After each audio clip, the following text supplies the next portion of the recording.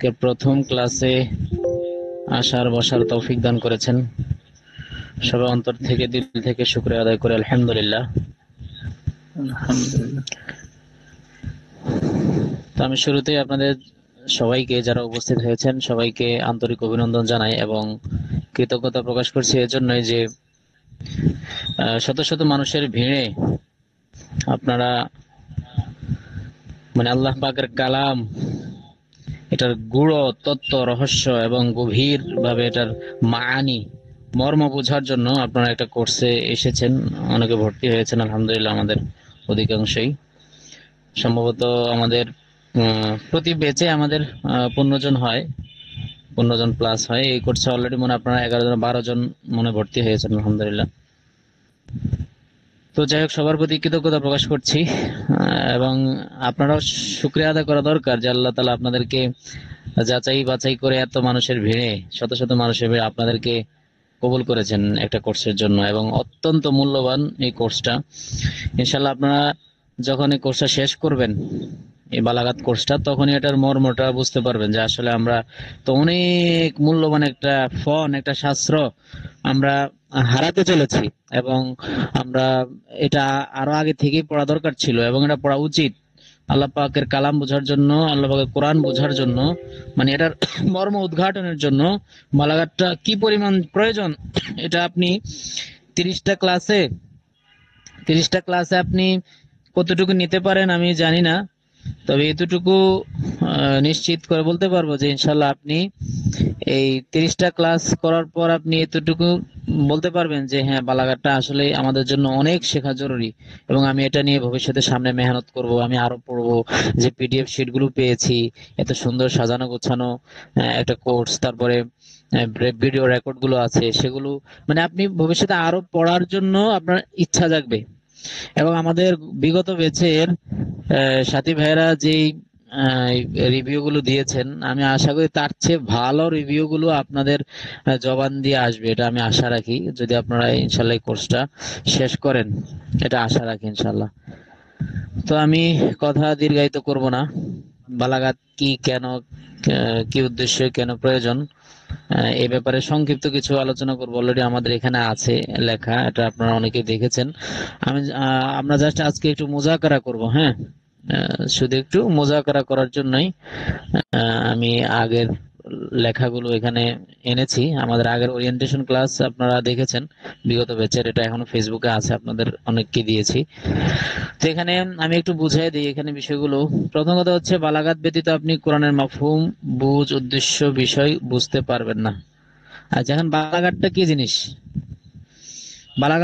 বালাগাতের শাব্দিক শব্দের অর্থ হচ্ছে পৌঁছা। হ্যাঁ, আল বুলুগ থেকে এসেছে। বুলুগ হলো পৌঁছা, কোন গন্তব্যে পৌঁছা। এখন এই বালাগাত শাস্ত্রকে, এটা একটা যেহেতু শাস্ত্র, এই শাস্ত্রকে কেন বালাগাত বলা হয়? কারণ এই শাস্ত্রের মাধ্যমে আপনি আরবি ব্যাকরণের চূড়ান্ত পর্যায়ে আপনি বুঝতে পারবেন, এই জন্য এটাকে বালাগাত বলা হয়। আপনি চূড়ান্ত ধাপে এসেছেন। আপনি নাহু, সরব, একদম শুরুতে যে ইলমুল ইশতিকাক, ইলমুল আরুজ, ইলমুল কাফিয়া, এগুলো অবশ্য বালাগাতের পরে। ইলমুল ইশতিকাক, ইলমুল সরব, ইলমুল সিগা, ইলমুল নাহু, এই যে সব ইলম পাড়ি দেওয়ার পরে আপনি লাস্ট ইলমুল বালাগা, আরবি ব্যাকরণের। তো বালাগাত পড়েছেন আপনি আরবি ব্যাকরণের পূর্ণতায় পৌঁছেছেন। এটা এমন একটা মূল্যবান ইলম। এখন কেউ যদি এই পূর্ণতায় না পৌঁছে, এই বালাগাতটা না পড়ে, তাহলে সে আরবি ব্যাকরণের পূর্ণতা বুঝতে পারবে না। তারা অনেক কিছু ত্রুটি থেকেই যাবে, যতই সে নাহু সরবে মাহের হোক। যেমন তো এখানে আমরা বলেছি যে বালাগাত যদি আপনি কোরআনের মাফহুম, বুঝ, উদ্দিষ্ট বিষয় বুঝতে পারবেন না। কোরআনের অনেক মাফহুম বোঝার জন্য আপনার বালাগাত প্রয়োজন হয়। বালাগাত ছাড়া উদ্দিষ্ট মাফহুম বোঝাটা অনেক কঠিন, জটিল। হ্যাঁ, আপনি জানবেন একটা পদ্ধতিতে, সেটা হলো বালাগাত ছাড়া আপনি জানতে পারবেন। সে পদ্ধতি কি? সে পদ্ধতি আপনি উস্তাদের মাধ্যমে শুনে শুনে বা কোনো আলেমের মুখে শুনে শুনে এটা আপনি বলতে পারবেন। বুঝতে পারছেন? উদ্দেশ্য বুঝ যেটা, এই বুঝটা আপনি বুঝতে পারবেন কোন আলেমের জবান থেকে শোনার মাধ্যমে। অর্থাৎ আপনি নিজে নিজে, আপনি একজন আলেম বা আলেম হওয়ার ইচ্ছা আছে, আপনি নিজে থেকে চেষ্টা করে যে বুঝবেন, এই বুঝটা আপনি পাবেন না। কিন্তু ওই সব সময় শুনে শুনে আপনাকে জেনে নিতে হবে। তো এটা আর কয়দিন চলবে? আপনি হয়তো একটা জায়গায় আপনি শুনছেন, আলেমদের থেকে, এই জন্য এই জায়গাটা বুঝাইতে পারছেন অন্যকে। কিন্তু যে জায়গাগুলো আপনি শুনেন নাই বা কারো থেকে জবান থেকে শুনেন নাই, কোন ওস্তাদের মুখ থেকে শুনেন নাই, তাহলে এই উদ্দেশ্য বুঝতে আপনি কিভাবে বুঝবেন? এই বালাগাতের কিছু উসুল আপনি মনে রাখতে পারলে ইনশাল্লাহ আপনি ওই সে জায়গাগুলো নিজের চেষ্টায় সচেষ্টায় ইনশাল্লাহ আল্লাহ তাআলা আপনার মাঝে এই মালাকাটা, এই যোগ্যতাটা আপনাকে দিয়ে দিবেন। আচ্ছা, নাহু সরফ জানার পর যে বালাগাত শিখলো না, তার দৃষ্টান্ত ওই ব্যক্তির মতো যে অনেক পরিশ্রম করে একটা বিল্ডিং নির্মাণ করলো কিন্তু তাতে আস্তর করলো না, রঙও করলো না, ফলে দেখতে কি দেখায়? অসুন্দর দেখায়। আপনি সরফের মাধ্যমে আরবি ভাষার শব্দগত বিশ্লেষণ শিখলেন, মানে মানে রূপান্তর, শব্দের রূপান্তর, শব্দের এক অবস্থা থেকে অন্য অবস্থা, এগুলো আমরা সরফের মাধ্যমে শিখলাম। হ্যাঁ, নাহুর মাধ্যমে বাক্য গঠন পদ্ধতি, এরাবের বিষয়ে জানলাম, বাক্য কিভাবে গঠন করা হয়, শেষে এরাব কি হয়, এটা নাহুর মাধ্যমে জানলাম। কিন্তু কোরআনে অনেক জায়গায় আল্লাহ তাআলা শব্দকে তার মাজাজি রূপক অর্থে ব্যবহার করেছেন, তা কিন্তু নাহু সরফ দ্বারা জানতে পারবেন না, অর্থাৎ তা আমরা নাহু সরফ দ্বারা জানা সম্ভব না। কারণ মাজাজ মাজাজ নিয়ে নাহু সরফ আলোচনা হয় না নাহু সরফে, এটা আপনি বালাগাতে আলোচনাটা পাবেন। এক্ষেত্রে শাব্দিক তর্জমা করলে ভুল হওয়ার সম্ভাবনা বেশি, শাব্দিক তর্জমা করলে ভুল হওয়ার সম্ভাবনা বেশি, এবং উদ্দিষ্ট যে আসল হাকিকত মানে আল্লাহ তাআলা যেটা বোঝাতে চাচ্ছেন মাজাজি শব্দ দ্বারা, এটা আপনি বুঝতে পারবেন না বালাগাত ছাড়া। আচ্ছা, এরপরে আরো কিছু আছে। আল কোরআনের অনেক জায়গায় শব্দকে তাকদীম আগে উল্লেখ করা হয়েছে, কোথাও তাখির, তাখির মানে পরে উল্লেখ করা হয়েছে। অনেক জায়গায় কোনো শব্দকে হজব করে দেওয়া হয়েছে, কোথাও পুরো বাক্যই বিলুপ্ত করে দেওয়া হয়েছে, কোথাও বিলুপ্ত না করে একসাথে অনেক শব্দ নিয়ে আসা হয়েছে। আবার অনেক জায়গায় মূল উদ্দেশ্য না বলে একটি জিনিসের সাথে অন্য জিনিসের তাসবিহ উপমা দেওয়া হয়েছে, মানে আসল কথা না বলে আল্লাহ তাআলা তাসবিহ দিয়ে দিয়েছেন। কোথাও আবার শাব্দিক অর্থে বাস্তবতা বিরোধী কথা উল্লেখ করা হয়েছে, মানে বাস্তবের মিল নাই এমন এমন অতিরিক্ত অ্যাডভান্স, এটাকে বলে আপনার ওই যে মুবালাগাত, অনেক কথা আল্লাহ তাআলা বলেছেন। কারণ আপনি যে বালাগাত পড়েন সে কিন্তু এই জায়গায় মারাত্মক ত্রুটি করে ফেলবে, মারাত্মক ভুল করে ফেলবে। আচ্ছা, তারপরে আসেন, এক আয়াতের সাথে অন্য আয়াতের শাব্দিক বিরোধও আছে, অনেক আয়াতে বিরোধ আছে। এগুলো কেন, কি কারণে, এগুলোর ফাওয়ায়েদ কি, কেন এই বিরোধগুলো, বা কেন এভাবে আল্লাহ তাআলা শব্দটা উল্লেখ করেছেন, এভাবে উল্লেখ না করে এভাবে কেন উল্লেখ করলেন, তা কিন্তু বালাগাত ব্যতীত নাহু সরফের মাধ্যমে জানা সম্ভব নয়। আর এগুলো জানার পরে আপনি কোরআন বোঝার মজা অনুভব করতে পারবেন ইনশাআল্লাহ, মাহের আলেমে পরিণত হবেন এবং কোরআন তাফসীরের দরজা আপনার জন্য খুলে যাবে ইনশাআল্লাহ। আল কোরআনে ইলমের সমুদ্র থেকে এ জাতীয় আরো মণিমুক্তা আরোহণ করার জন্যই 2 মাস ব্যাপী আমাদের এই বালাগাত তাফসীর উচ্চতর ব্যাকরণ কোর্সটা। তো এখানে কিছু উদাহরণ, আমি উদাহরণ গত পর্বে আমি গত ওরিয়েন্টেশন ক্লাস আমি বুঝিয়েছি, এগুলো আর এখন বলবো না। মানে এই আয়াত, এখানে তো অল্প কিছু আয়াত, আমরা ধারাবাহিক ভাবে প্রত্যেকটা ক্লাসে দেখবো, প্রত্যেকটা ক্লাসে এই জাতীয় শত শত আয়াত আছে, আমরা প্রতিদিনই দেখবো ইনশাল্লাহ। এবং প্রত্যেকটা কায়দার অধীনে এরকম অনেক আয়াত আছে, আমি জায়গায় জায়গায় সেগুলো নুক্তা দিব যে এই যে আয়াতটা, আপনি এই আয়াতের তর্জমাটা এইভাবে ভুল করা হয়, কেউ এটা ভুল অনুবাদ করে, এবারে এটার মাফহুম অনেকে বুঝে না। এই জায়গাগুলো ইনশাল্লাহ আমি সস্থানে আপনাদেরকে নুক্তা পেশ করব, মানে মুলাহাজা করবো ইনশাল্লাহ সে সময়। আর এগুলো আমাদের অন্য একটা ক্লাসে আয়াতগুলো বুঝিয়ে দেওয়া হয়েছে, এই জন্য আমি আজকে এখানে আর সময় দিচ্ছি না, আমরা সিলেবাসে চলে যাবো আজকে। বালাগাত কোর্স করলে কি ফায়দা? অনেকে জানে না আসলে এই যে বালাগাত, অনেকে নামও শুনে নাই, কথা বুঝতে পারছেন? আলহামদুলিল্লাহ আমরা বালাগাতের মেহনতটা যেমন অফলাইনে শুরু করেছি, আলহামদুলিল্লাহ অনলাইনেও নিয়ে এসেছি। ইনশাল্লাহ আশা করি নাহু সরফ বালাগাতের মানে একটা কি বলে পুনরুদ্যমে, যে একটা পুনর্জাগরণ, বালাগাতের পুনর্জাগরণ, এটা বাংলা ভাষায় ইনশাল্লাহ আমরা আশা করি করতে সক্ষম হব। মানুষ মনে করেন নাহু সরফের মূল্য বুঝে, কারণ নাহু সরফ হলো বেসিক। তো দেখা যায় যারা জেনারেল ভাই বোনেরা আছেন তারা ওই বেসিকটা আগে শিখতে চায়, স্বাভাবিক, সে আগে বেসিকটাই তো শিখবে, তারপরেই তো আস্তে আস্তে উচ্চতর ব্যাকরণে আসবে। তো এরা উচ্চতর ব্যাকরণ হওয়ার কারণে মনে করেন অনেকে এটা এড়িয়ে যায়, আরে আমি তো নাহুই সরফই পারি না, সরফই বুঝি না, আমি তো নাহুই বুঝি না, কিসের আবার বালাগাতটা লাগা। এই হইলো মূল বিষয়টা আর কি, বুঝতে পারছেন? যার কারণে অনেকে এড়িয়ে চলে। আর আমাদের মাদ্রাসাগুলোতে মনে করেন এই বিষয়টা কেন এড়িয়ে চলে, অথচ আমরা ইনশাল্লাহ এই কোর্সটা করলে বুঝতে পারবো যে আসলে যারা বালাগাত ছাড়া আলেম হয়েছে তারা কোরআনের অনেক জায়গায় অনেক তাফসীর করতে পারবে না। অনেক মুফাসসির যারা মনে করেন একাডেমিক মুফাসসির, যারা একাডেমিক মুফাসসির তারা কিছু না কিছু বালাগাত পারে, জানে, এবং তার তাফসীর করার যোগ্যতা মাদ্দা আছে। কিন্তু যারা একাডেমিক মুফাসসির না, তারা কিন্তু জায়গায় জায়গায় ভুল করবে, উল্টা পাল্টা ব্যাখ্যা করবে, এলোমেলো করবেই। তো আমাদের আলেমরা যারা বালাগাত পড়ে নাই, জানে না, টুকটাক বালাগাত জানে না, তারা কিন্তু জায়গায় জায়গায় তাদের কোরআনের তর্জমা জিজ্ঞেস করলে, মাফহুম জিজ্ঞেস করলে তারা বলতে পারবে না। এটা বাস্তব কথা। অথচ তারা বালাগাতটা খুব খুব মানে ইগনোর করে চলে, একদম গুরুত্ব দেয় না। হ্যাঁ, আমাদের একটা কিতাব পড়ানো হয়, আমার দুরুসুল বালাগাত পড়ানো হয়, মুক্তাসারুল মানি পড়ানো হয়, কিন্তু এগুলো থেকে আসলে ফায়দা নেওয়াটা অনেক কঠিন, অনেক কঠিন। যেমন আমি এই যে আজকেই আমি বালাগাত ক্লাস করিয়েছি, জালালাইন ক্লাসে। সেখানে তাকরির করেছিলাম, ওদের কিতাব কেউ ব্যবস্থা সংরক্ষণ করে নাই। তা আমি বলছি তোমাদের কিতাব লাগবে না, বালাগাত তো কোর্স আমি করাই, পুরো বালাগাত 3টা ফোন তো আমার আলহামদুলিল্লাহ জানা আছে, কিতাব লাগবে না, তোমরা শুনো, আমি সংক্ষেপে তোমাদেরকে ইলমুল বয়ান পুরাটা পেশ করতেছি। আজকে মূলত তাদের কাছে ইলমুল বয়ানটা পুরা মানে একটা দার্সে পুরো ইলমুল বয়ান শেষ করে দিয়েছি, একদম একটা ক্লাসে মুখস্থ করা ইলমুল বয়ান শেষ করে দিয়েছি। তো আমি যেটা বললাম যে আমাদের আলেমরা এটাকে কঠিন মনে করার কারণে, অনেকে জটিল মনে করার কারণে এটা এড়িয়ে চলে। ওই যে অনেকে নাহুর জটিলতার কারণে নাহু পড়ে না, এটা সবাই না, কিন্তু বালাগাতটা তার চেয়ে আরেকটু জটিল, নাহু থেকে আরেকটু জটিল। তো যার কারণে বালাগাতটা সে পড়ে না, আরে বালাগাত লাগবে না, এমনি কোরআনের বিভিন্ন সাহায্য নিয়ে বিভিন্ন মুতারজিম যারা আছেন, ওই যে মহিউদ্দিন খান সাহেব রহমাল্লাহ, তেনার অনুবাদ গুলো দেখে, ওই যে কি তাফসিরে তাওজিউল কোরআন দেখে, বিভিন্ন অনুবাদ দেখে তারা কোরআন অনুবাদ দেখে নেয়, মোটামুটি কিছু একটা জেনে নেয়।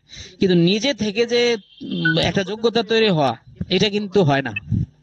তা আমি আমি যদি সারা জীবন শুধু তর্জমা দেখে দেখে তা কোরআন তর্জমা পড়াই, কোরআনের ব্যাখ্যা করাই, তাহলে আমি কেমন আলেম হলাম? যে আমি এত বছর নাহু সরফ বালাগাতের কিতাব আদি পড়ে, এখন আমি আবার যখন ক্লাস করাচ্ছি, আমি বাংলা অনুবাদ দেখে ক্লাস করাইতে হয়, তো এটা আমি কেমন আলেম হলাম? তো আসলে এটা মূল ত্রুটি হচ্ছে যে বালাগাতটা না শেখার কারণে এই দুর্বলতাটা থেকে যায় আমাদের। আচ্ছা, তো আমরা বালাগাত শিখলে কি ফায়দা হবে? এক, বালাগাতের মাধ্যমে কোরআনের প্রকৃত বুঝ ও মজা অনুভব করতে পারবেন ইনশাল্লাহ, এটা হলো প্রথম ফায়দা। মানে কোরআনের স্বাদ, প্রকৃত বুঝ আপনি পাবেন ইনশাল্লাহ জায়গায় জায়গায়। এটা প্রথম শর্ত, কিন্তু নাহু সরফ জানা লাগবে। আমরা আগে বলে থাকি, আমাদের বালাগাতে ভর্তির জন্য একটা প্রাথমিক ন্যূনতম শর্ত হচ্ছে কিছু না কিছু নাহু সরফ আপনার জানা থাকতে হবে। আপনি ফুলি একদম না জানলেন, কিছু কিছু পরিভাষা, কিছু কিছু বিষয় আপনার জানা থাকতে হবে। আবার টুকটাক তর্জমা করতে পারা, সামান্য কিছু টুকটাক তর্জমা আপনি নিজে করতে পারেন, এই যোগ্যতাটা ন্যূনতম থাকতে হবে। এর যোগ্যতা ন্যূনতম থাকলে আপনি ইনশাল্লাহ বালাগাতের বিষয়গুলো মজাটা আপনি বুঝতে পারবেন। তারপরে আসেন, পবিত্র কোরআনের শাব্দিক বিরোধ দূর হবে। শাব্দিক অনেক জায়গায় আপনার বাহ্যিক বিরোধ মনে হয়, কিন্তু আসলে কি না, বিরোধ না। বাহ্যিক বিরোধ মনে হয়, কিন্তু আসলে বিরোধ না। এই বিরোধটা ইনশাল্লাহ আপনি বালাগাতের মাধ্যমে দূর করতে পারবেন।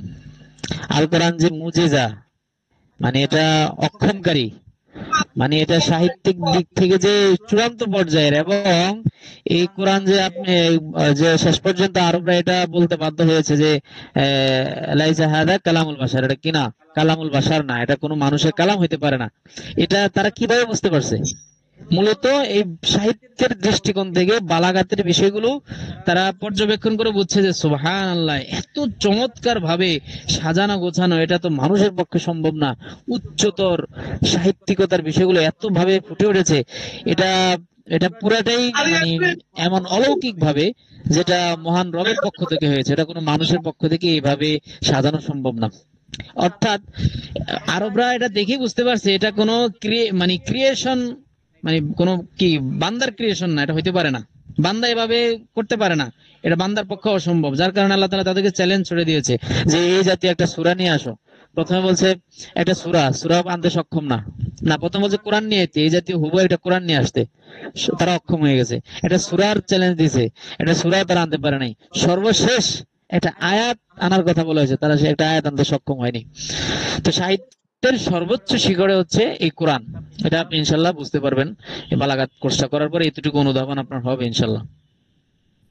লাস্ট আরেকটা, যেটা তাফসির করার যোগ্যতা তৈরি হবে, মানে আপনার নিজের মাঝে, মানে কোরআনের গভীর থেকে গভীরে পৌঁছে এটা থেকে মর্ম উদ্ঘাটন করা, এটাই তো তাফসির। কোরআনের মানি উদ্ঘাটন করা, এটাই হলো ইলমুত তাফসির। তো এই জিনিসটা আপনার মাঝে এক ধরনের যোগ্যতা তৈরি হবে। আপনারা জানেন তাফসির দুই ধরনের, তাফসির বিল রায়, যেটা তাফসির বিল রায় দুই ধরনের, একটা তাফসির বিল রায় মামদুহ, আর আরেকটা হচ্ছে তাফসির বিল রায় আল মাযমুম। মানে যে তাফসির বিল রায়, একটা হচ্ছে প্রশংসনীয়, একটা হচ্ছে নিন্দনীয়। যারা উল্টাপাল্টা ব্যাখ্যা করে, নিজের মন গড়া ব্যাখ্যা করে, সেটা হলো তাফসীরের রায় মাযমুম, এটা নিন্দনীয়, এটার জন্য জাহান্নামের কি আছে, হুঁশিয়ারি আছে। আল্লাহ তাআলা অন্য আয়াতে মানে রাসূল সাল্লাল্লাহু আলাইহি ওয়াসাল্লাম হাদিসে হুঁশিয়ারি দিয়েছেন, ফালিয়াতাবাওয়া মাকআদাহু মিনান নার, মানে যে উল্টাপাল্টা নিজের মন গড়া তাফসীর করবে সে যেন তার জাহান্নামকে স্থান বানিয়ে নেয়। তিরমিজি শরীফের হাদিসে আছে।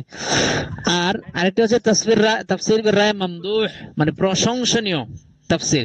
মানে আপনি যে তাফসীরটা করতেছেন বালাগাতের মাধ্যমে বা আরবি ব্যাকরণের মাধ্যমে, আকলে সালিমের মাধ্যমে, বা আমাদের আইম্মাদের বক্তব্যের মাধ্যমে, এই তাফসীরটা আমাদের মাকাসিদে শরিয়ার অনুকূল। মাকাসিদে শরিয়া মানে শরীয়তের মাকসাদ, শরীয়তের যে উদ্দেশ্য, এটার অনুকূল। মানে আপনার তাফসীরটা মন গড়া হয়নি এবং শরীয়তের মাকাসিদের বাইরে যায়নি, সুতরাং আপনার এই তাফসীরটা গ্রহণযোগ্য, এই তাফসীরটা হবে মামদুহ। আর এই তাফসীরটা ইনশাআল্লাহ আপনার অর্জিত হবে যদি বালাগাত তাফসীর কোর্সটা করেন। কিছু না কিছু আপনার অর্জিত হবে। আপনার শর্ত হচ্ছে নিয়মিত ক্লাসে থাকতে হবে। আরেক হচ্ছে আপনার যে ক্লাসের পড়াগুলো দেওয়া হয় এগুলো ইনশাআল্লাহ একটু মানে হোমওয়ার্ক গুলো এগুলো একটু আদায় করতে হবে। আর কিছু কিছু জায়গা যদি আপনার কাছে জটিল মনে হতে পারে, যেমন দুই একটা জায়গা আছে তাসবির কিছু কিছু আলোচনা একটু জটিল হতে পারে, ইলমুল বদিয়ের দুই একটা জায়গা আছে একটু বুঝতে জটিল হতে পারে, সেগুলো ইনশাআল্লাহ আমি একদম মানে সহজ ভাষায় ইনশাআল্লাহ পেশ করব। আশা করি যদি আপনারা আরেকবার ভিডিও দেখেন বা আমাদের শীটগুলো পড়েন ইনশাআল্লাহ একদম ক্লিয়ার হয়ে যাবে। এই পুরা কোর্সের মাঝে পুরা বালাগাতটাকে একদম পানি ভাত করে সহজভাবে উপস্থাপন করে দেওয়া হয়েছে। আর আমাদের যে ইলমুল মুখতাসারুল মাআনি আমরা পড়ি আমাদের কওমি মাদ্রাসায়, মুখতাসারুল মাআনি অনেক অনেক দামি একটা বই, অনেক মূল্যবান একটা বই, মুখতাসারুল মাআনি। এটা বালাগাতের বই, কিন্তু পুরা কিতাবটা হচ্ছে বালাগাত নিয়ে। বালাগাতের যে তিনটা ফন আছে না, ইলমুল মাআনি, ইলমুল বদি, ইলমুল বয়ান, এই সবগুলো নিয়ে কিন্তু এই মুখতাসারুল মাআনি। তো আমি ছাত্রদেরকে বললাম আজকেও, দেখো মুখতাসারুল মাআনি আমরা পড়তেছি, এটার এবারত হল করতে করতে আমাদের 12টা বেজে যায়। এত কঠিন এবারত, বুঝতে পারছেন? মানে এই মুখতাসারুল মাআনি কিতাবের এত কঠিন এবারত, আপনি তরজমা করতে করতে এবারত বুঝতে বুঝতে আপনার মানে অনেক মানে মানে অবস্থা খারাপ হয়ে যায়। আমি পড়াচ্ছি, আমি তো বুঝি, মানে অনেক জায়গায় দেখা যায় এখান থেকে যে অর্থটা বের করব অনেক কঠিন হয়ে যায়, এত কঠিন এবারত তিনি লিখেছেন। আচ্ছা, এই কিতাব থেকে আপনি এবারত হল করবেন না এখান থেকে যে ফান্নি শাস্ত্রীয় যে একটা জ্ঞান আছে এটা নিবেন? আর আমাদের মুখতাসারুল মাআনি পড়ার মূল উদ্দেশ্য হচ্ছে এখান থেকে কি নেওয়া, ফন্নি যোগ্যতা নেওয়া। ফন্নি ফন্নি মানে এটা শাস্ত্রীয় জ্ঞান নেওয়া। কিন্তু আপনি আরবি ভাষার মাইর বেচার কারণে, উনি আবারত গুলো জটিলতার কারণে কদিম আরবিতে লিখেছেন, জটিলতার কারণে এখান থেকে নেওয়াটা, ফায়দা হাসিল করাটা অনেক কঠিন এই মুখতাসারুল মাআনি থেকে। তো এই মুখতাসারুল মাআনি থেকে আপনি জাস্ট কিতাবি যোগ্যতাটা পাবেন, একাডেমিক একটা যোগ্যতা আপনার হবে, কিন্তু ফাওয়ায়েদ নেওয়াটা, ইজরা করা, সরাসরি কোরআনে প্রয়োগ করা, এটা আপনি পাবেন না। এটার সাথে যদি আপনি একটা কোর্স রাখেন, এই বালাগাত তাফসীর যে আমাদের কোর্সটা আমরা সাজিয়েছি, পুরা বালাগাতটাকে অল্প জিনিসের মধ্যে মাত্র 30টা ক্লাসে নিয়ে আসা হয়েছে, তাহলে বুঝেন 1 বছরের পড়া, কমপক্ষে 1 বছরের পড়া। আবারও বলছি, কমপক্ষে 1 বছরের পড়া আপনাদেরকে এই 30টা ক্লাসে নিয়ে আসা হয়েছে। তাহলে কি পরিমাণ মানে মুলাক্কাস করা হয়েছে এবং কি পরিমাণ মেহনত আপনাদের করতে হবে, নিয়মিত ক্লাসে থাকতে হবে, পড়তে হবে যদি এখান থেকে মানে পরিপূর্ণ ফাওয়ায়েদ নিতে চান। আচ্ছা, এই কোর্সটি যাদের জন্য, এগুলো যারা নাহু সরফ পড়ছেন টুকটাক তাদের জন্য, বেসিক যাদের জানা আছে, হ্যাঁ। দ্বিতীয়ত হলো যোগ্য মাহের আলেম যারা হতে চান, কোরআনের বুঝ ও মজা যারা পেতে চান, যারা মুফাসসির কোরআন হতে চান, তাদের জন্য এই কোর্স। আপনারা জানেন বর্তমানে যে বালাগাত যে বিষয়টা, বালাগাতে যে 3টা ফন, ইলমুল মাআনি, ইলমুল বায়ান, ইলমুল বদি, এই তিনটা কিন্তু বর্তমানে কামিলে অন্তর্ভুক্ত করে দেওয়া হয়েছে, আগে এটা ছিল না। বর্তমানে কামিল প্রথম বর্ষের সিলেবাসে যারা তাফসীর নিয়ে কামিল করেন সেই তাফসীরের মধ্যে এটা অন্তর্ভুক্ত করে দেওয়া হয়েছে। যেমন আমাদের গত ব্যাচে একজন ভর্তি হয়েছেন, মানে এক বোন, তিনি তাফসীর নিয়ে কামিল করতেছেন। তো তিনি এই আমাদের বালাগাত কোর্সটা মূলত এই জন্যই করতেছেন, ওই যে ওনার সিলেবাসে আছে বালাগাত, ইলমুল মাআনি, ইলমুল বায়ান, ইলমুল বদি, তিনটা আছে, এই জন্য তিনি আমাদের কোর্সে ভর্তি হয়েছেন। তা আলহামদুলিল্লাহ বেশ ফায়দা পেয়েছেন। তিনি বলতেছেন যে আমি যতগুলো অ্যাসাইনমেন্ট করেছি অনেক অন্যান্য সাবজেক্টের, কোন সাবজেক্ট সুন্দরভাবে লিখতে পারেন যত সুন্দরভাবে আমি সাজায় গোছায়া লিখেছি আমাদের বালাগাত বিষয়টা। মানে ওই যে তিনি কোর্সটা করার কারণে, জি জি। মানে ওই যে কামিল যে কোর্স, মানে সেটা মানে কি মানে দেওরা হাদিসের পরে করে? না না, এটা তো ওই যে আলিয়াতে যারা পড়েন, একদম যাদের দাখিল, আলিম, ফাজিল, তারপরে কামিল। আচ্ছা, না আমি বলছি যারা মানে দেওরা হাদিসে পড়ে, মানে যারা তফসিরে বায়াজাবি বা জালালাইন ও, আমাদের হলো দাওরা যারা পড়ে পড়ে এটাকে যায়। বুঝতে পারছেন? জি। আমাদের যারা দাওরা পাশ করেন, হ্যাঁ, বা দাওরা পড়েন, হুম, তাদের দাওরাটা দেওরা হলো হাদিস। কামিল, বা এটাকে তাকমিল বলা হয় আর কি। মানে এইটা আচ্ছা, পাস করলে তো মানে তফসির করা যায়, তফসির করার পারমিশন আছে? দাওরা পাশ করলে আসলে আমাদের দাওরায় হাদিস বলা হয়, মানে এটা মূলত হাদিস শাস্ত্র নিয়ে আলোচনা হয়। আর কামিল যেটা ও, আছে, আপনি তাফসির নিয়েও কামিল করা যায়, হাদিস নিয়েও কামিল করা যায়, ফিকা নিয়েও কামিল করা যায়। এই জন্য অনেকে ডাবল কামিল করে, তাফসির নিয়ে আচ্ছা, একবার কেউ করে, ফিকা নিয়ে কেউ একবার কেউ করে, তো হাদিস আবার নিয়ে একবার মানে করে। কেউ কেউ তো আবার মানে তফসিরের উপরে কোর্স করে এই দেওরা হাদিস পড়ার পর। হ্যাঁ, এটা ঠিক আছে। সে যদি দাওরা হাদিস পড়ার হুম, পরে তাফসির হুম, নিয়ে একটা বছর পড়ে, তাহলে সে হুম। তাফসির করার একটা যোগ্যতা তার তৈরি হয়ে যায় এক মানে বছর তখন পরে। তাকে কামিল বলা হয়, কামিল, তফসিরে হ্যাঁ হ্যাঁ, কামিল। সে হলো, হ্যাঁ, তখন আচ্ছা হুজুর, তফসিরে সে কামিল আমি ভাবছি মানে বলা আমি যায়। ভাবছি দেওরা হাদিসের পরে মানে আর এক বছর তফসির করবো, ইফতা করবো আর।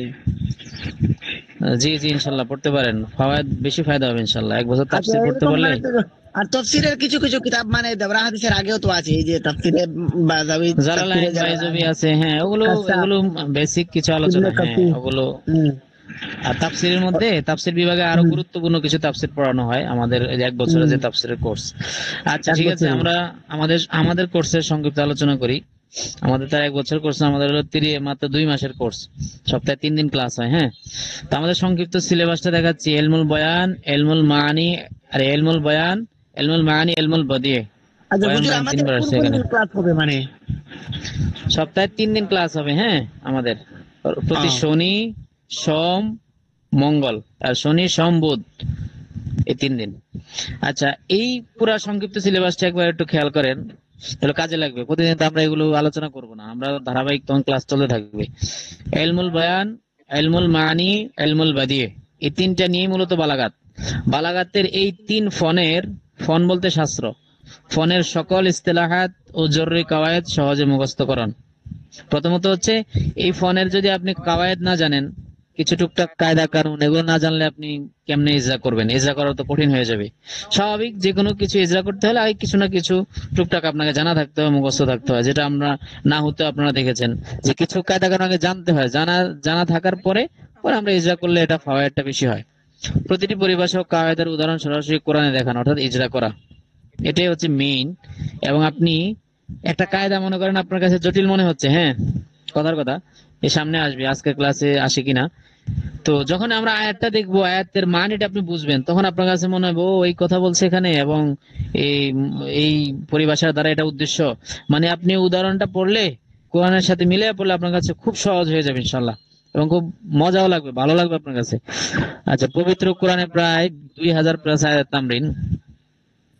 সুবহানাল্লাহ, 2000+ আয়াত। এখন 2000+ সবগুলো হয়তো আমি আমি করাইতে পারবো না, আমি হয়তো ক্লাসে, মেইন ক্লাস হয়তো দেখাইতে পারবো না, কিছু কিছু হয়তো ওই আপনাদেরকে দিয়ে দিব, আপনারা ওটা হাসিয়া দেখে, প্রান্ত ঠিক আছে ওটা দেখে আপনারা মোতালা করে আসতে হবে, বা হোমওয়ার্ক দিয়ে দিব যে এখানে 5টা আয়াত আছে, আমি 3টা আয়াত আপনাদেরকে বুঝাই দিচ্ছি, বাকি আয়াতগুলো সেম পদ্ধতিতে, সেম ক্যাটাগরিতে, সেম সিস্টেমে আপনারা মোতালা করে বা ওই যে প্রান্ত টিকা দেখে এটা বুঝে নেবেন, এমন হবে হবে আর কি। আর এবার আমি নিয়ত করেছি কি জানেন, মনে করেন আমাদের এখানে 1 2 3 এরকম মনে করেন প্রায় 20টা উদাহরণ থাকে, হ্যাঁ, 20টা আয়াত, মানে একটা কায়দার অধীনে এরকম 20 30টা আয়াত আছে। ইজাউল বালাগাতে আরো বেশি আছে। আমাদের শীটে আমরা সবগুলো আনিনি, আপনারা ইজাউল বালাগাতটা সংগ্রহ করতে পারেন, যদি পিডিএফ শীট তো অনেকের পড়তে অসুবিধা হয়। ইজাউল বালাগাতটা পুরা বাংলাদেশে বালাগাতে, বালাগাত সংক্রান্ত বাংলা কিতাব যদি থাকে, জামে মানে, মানে একদম পূর্ণাঙ্গ সমৃদ্ধশালী, এটা কোনো যদি বাংলা বই থাকে সেটা হচ্ছে ইজরাউল বালাগাত। বালাগাতে এই ইতিপূর্বে বাংলা ভাষায় এত সুন্দর চমৎকার বই আর কেউ লেখে নাই। নাহুতে হয়তো অনেকে লিখছে, ইজরাউল নাহর মোকাবেলায় অনেকে অনেক নাহু বিভিন্ন ভাবে সাজাইছে, কিন্তু বালাগাত ধরবে এই সাহস অনেকে ঠিক করতেই পারে নাই। সে বুঝেই না, তাহলে এটা নিয়ে মেহনত করে না, যার কারণে বালাগাতের লেখালেখি খুবই কম। একমাত্র আমাদের এই মনে করেন ইসরাউল বালাঘাটটাই পুরো বাংলাদেশে মনে করেন বালাঘাট সংক্রান্ত একমাত্র বাংলা বই, যে বইটার মাধ্যমে আলহামদুলিল্লাহ আপনি বালাঘাতের যে একটা স্বাদ, কোরআনিক স্বাদ, এটা আপনি নিতে পারবেন ইনশাল্লাহ। তো আমি যেটা বলছিলাম যে এখানে মনে করেন একটা, দুইটা, তিনটা, এরকম 20টা উদাহরণ, হ্যাঁ, আয়াত, 20টা আয়াত থাকবে। আমি আপনাদেরকে যেটা বিগত দর্শে করেছি, মনে করেন একটা, দুইটা, তিনটা আয়াত হয়তো আমি ব্যাখ্যা করে দেই, টুকটাক তাফসীর চলে আসে, বাকি আয়াতগুলো আমি করাচ্ছি না। কারণ বাকি আয়াতগুলো যদি করাইতে যাই, তাফসীর করতে যাই, দেখা যায় অনেক সময়ের প্রয়োজন। মানে আমরা একটা ক্লাস শেষ করতে 3-4 দিন, 3-4টা ক্লাস লাগবে। মানে একটা দার্স শেষ করতে হলে এরকম 3-4 দিন লেগে যাবে যদি সবগুলো হুজুর আয়াতের আমরা ব্যাখ্যা করতে যাই। হুজুর, জি জি। মানে যারা কোরআনের মানে আয়াত পড়ে যে তফসির করে দিন, মানে মাহফিলে বা ওয়াজে ইজতেমায়, এগুলা হ্যাঁ হ্যাঁ মানে করতে হলে তো মানে ন্যূনতম তো দেওরা হাদিস পাস করতে হয়। হ্যাঁ হ্যাঁ, ন্যূনতম তো দাওরার আদেশ পাশ করা লাগে। ও আচ্ছা। আর এমনি গাঁৱে গলিতে যারা যারা তবলিগ জমাতে যায় তারা গিয়ে যেন বয়ান করে, বয়ানের মধ্যে মানে কোরআনের আয়াত পড়ে, এটা ঠিক নাকি? ওটা তো ঠিক না, ওরা আওয়াম মানুষ, ওনারা স্বাভাবিকভাবে আলোচনা করবেন বা আলেমদের দিকে হাওলা করে দিবেন, এটাই হচ্ছে উত্তম। যারা আওয়াম মানুষ তারা কিন্তু আয়াতের ব্যাখ্যা অনুবাদ না করে করা। তফসির করতে পারবে না, ওদের তো পারমিশন নাই। পারমিশন নাই, হ্যাঁ, এটা পারমিশন নাই। কিন্তু একজন যেমন কথার আমার কথা, একজনে একজন বলে, একজন আলেম সে চাইলে যে কোনো জায়গায় ফতোয়া দিতে পারে না। সে যতক্ষণ না পর্যন্ত সে একাডেমিক মুফতি না হয়েছেন, ততক্ষণ পর্যন্ত তিনি যেখানে সেখানে ফতোয়া দেওয়া তার জন্য জায়েজ না, বৈধ না। এটা আহ, একাডেমিক যারা পড়েছেন তারা বোঝেন, উসুল ফিকহ যারা পড়েছেন তারা জানেন। তো ঠিক হ্যাঁ, তাফসীর করার ক্ষেত্রে একই, তাফসীরে যারা মুতাহাসসিস, যারা এটা নিয়ে বিশেষত্ব অর্জন করেছে, তারাই তাফসীর করবে। কিন্তু আমি হয়তো এমন একটা কথা বলছি, আমি শুনে শুনে যে তাফসীর করতেছি, আমার একটা ভুল হওয়ার সম্ভাবনা আছে, আমি ভুল বুঝারও সম্ভাবনা আছে, এই জন্য আওয়ামরা এটা করবে না আর কি। যাই হোক, আচ্ছা আমরা হুজুর, আর একটা জিজ্ঞাসা করো। ওরা বলে মানে নবী করিম সাল্লাল্লাহু আলাইহি ওয়াসাল্লাম বলেছেন, আপনি যদি এক আয়াত জানেন এটাও পৌঁছে দিন, মানে আলিম হইতে লাগবে এটা কোনো শর্ত নাই। বলে তারা কয় মানে বাল্যে ওয়ান্নে বলা হয় যা, মানে যেটা জানো তুমি আচ্ছা এটা আচ্ছা, পৌঁছে এটা দাও। এটা এটা এটার প্রসঙ্গটা ভিন্ন, এটা আমি সংক্ষেপে বলে দেই। আর যে যতটুকু এলেম জানা আছে, হ্যাঁ, আপনি মনে করেন জানেন নামাজ ফরজ, এই এই ফরজিয়ত আপনি জানা আছে, ঠিক না? আপনি এটা প্রচার করেন, এটা আপনার জায়েজ আছে, সমস্যা নেই। আপনি জানেন রোজা ফরজ, আপনি মানুষকে কি রোজার দাওয়াত দিতে পারবেন না? পারবেন। অর্থাৎ যার যতটুকু এলেম আছে সে ওই অনুযায়ী দাওয়াত দিতে পারবে, ওই অনুযায়ী সে কথা বলতে পারবে। এর বেশি, এর অতিরিক্ত যেটা আলেমদের কাজ, যা মুতাখাসসিস আলেমদের কাজ, বিশেষজ্ঞদের কাজ, সেটা নিয়ে সে গবেষণা করবে না, বাড়াবাড়ি করবে না। আমি একজন আওয়াম মানুষ, আমি জানি এটা ফরজ, এটা ওয়াজিব, এটা হালাল, এটা হারাম, আমি আলেমদের থেকে জেনেছি। আমি যেহেতু জানি এবং এটা সহিভাবে জেনেছি, আমি এতটুকু দাওয়াত দিতে পারবো, এতটুকু অনুমতি আছে, হ্যাঁ। আচ্ছা, মানে যে যতটুকু এলেম পাইছে সে ওই অনুযায়ী, ওই এলেম অনুযায়ী সে দাওয়াত দিবে। আচ্ছা, যাই হোক, আমরা এই সংক্ষিপ্ত সিলেবাসটা আবার দেখি। এলমুল বয়ান সম্পূর্ণ থাকবে, এলমুল বাদিটাও সম্পূর্ণ থাকবে, এলমুল মায়েরা সম্পূর্ণ থাকবে। এই তিনটা কিন্তু আলাদা আলাদা ফোন, আলাদা আলাদা ফোন, আলাদা আলাদা শাস্ত্র, ঠিক আছে? পবিত্র কোরআনে কমপক্ষে এক পারা বালাগাত সহ তার তরজমা তাফসীর। আচ্ছা, এই যে এখানে যে এক পারা তরজমা তাফসীরের কথা বলা হয়েছে, আমরা কিন্তু এক পারা করি না, সম্ভব হয় না। এক পারা করতে গেলে কমপক্ষে আপনাকে আরো 30টা ক্লাস লাগবে, মানে আমাদের কোর্সের মেয়াদটা আরো বাড়াইতে হবে। আচ্ছা, এখন তখন কি করি? আপনারা ইনশাল্লাহ যেহেতু আমাদের সাথে একবার যুক্ত হয়েছেন, বা যারা একবার যুক্ত হবেন, আমাদের বালাগাতের আলাদা একটা গ্রুপ আছে, বালাগাত চর্চা গ্রুপ। ওখানে যারা পেইড কোর্সে ভর্তি হয়, ওটা তাদের চর্চার জন্য রাখা হয়েছে। সবাইকে মনে হয় এটাতে এখন অ্যাড করা হয়নি, আপনারা যারা ভর্তি হয়েছেন তাদের মনে হয় সবাইকে এখন অ্যাড করা হয়নি। তো ওখানে ওখানে আমরা নিয়ত করেছি কি, মনে করেন বিগত দর্শে আমরা যতটুকু তাফসীর করছি, মনে করেন 2-3 পৃষ্ঠা, পরের ব্যাচে আমরা আরো 2-3 পৃষ্ঠা করব, পরের ব্যাচে আবার 2-3 পৃষ্ঠা, এভাবে মনে করেন 3-4টা ব্যাচ হয়ে গেলেই আমাদের এক পারা হয়ে যাবে। তখন আমরা রেকর্ড গুলো আপনাদেরকে দিয়ে দেবো, যারা একবার ভর্তি হয়েছেন তারাও এটা পেয়ে যাবেন ইনশাল্লাহ। আর আরেকটা যে নিয়ত করেছি, এই যে এটা বলতে ভুলে গেছিলাম আপনাদেরকে, যে 1-2-3, হ্যাঁ, অনেকগুলো আয়াত, 20টা আয়াত থাকবে মনে করেন, বা 15টা আয়াত থাকবে, 7-8টা আয়াত থাকবে। আমি জাস্ট 1-2-3 এই পর্যন্তই ব্যাখ্যাটা করি, পরেরগুলো আপনাদের উপর ছেড়ে দেই। তো অনেক ছাত্র ভাই বলেন যে আমাদের কাছে একটু কঠিন মনে হয় প্রথম প্রথম, তো সবগুলো আপনি ব্যাখ্যা করে দিলে ভালো হয়। তো ওস্তাদ জি, সবগুলো আয়াতের ব্যাখ্যা যদি আপনি করে দেন, বুঝিয়ে দেন, তাহলে আমাদের জন্য বেশি ফায়দাজনক হয় এবং আমাদের বুঝতে সহজ হয়। নিজেরা মিলাইতে একটু কষ্টকর লাগে। তো তখন আমি নিয়ত করেছি কি, বিগত 10 ভিডিওতে আপনারা পাইছেন, পাবেন, সেখানে আমরা 1-2-3 করছি, হ্যাঁ, কথার কথা। এখন আপনাদের বেছে আমরা কি করব, ওই নিচ থেকে শুরু করব। ওই মনে করেন 20, 19, 18, 17 এইভাবে শেষ দিক থেকে শুরু করব। তখন কি হবে, আপনার ফায়দাটা ডাবল হবে। এখান থেকেও 3টা আয়াত পাচ্ছেন, শেষ দিকেও 4-5টা আয়াত পাচ্ছেন। বুঝতে পারছেন? আবার আপনাদের ভিডিওতে পুরাতন বেচদেরকে দিয়ে দেব, আবার তাদের পুরাতন বেচদের ভিডিওটা আপনাদেরকে দিয়ে দেব। তার মানে ফায়দাটা যাতে উভয় গ্রুপেরই হয়, ডাবল হয়। এজন্য আমি এবার এই নিয়তটা করেছি, যে যে আয়াতগুলো গত দর্শে ব্যাখ্যা করছি, এই দর্শে এই বেচে আমি নতুন নতুন গুলো করব, যেগুলো গত দর্শে আমি ছেড়ে রেখে এসেছি টাইম শর্টের কারণে। কারণ আমরা আয়াতের ব্যাখ্যা তো আপনারা জানেন, এটা সাগর।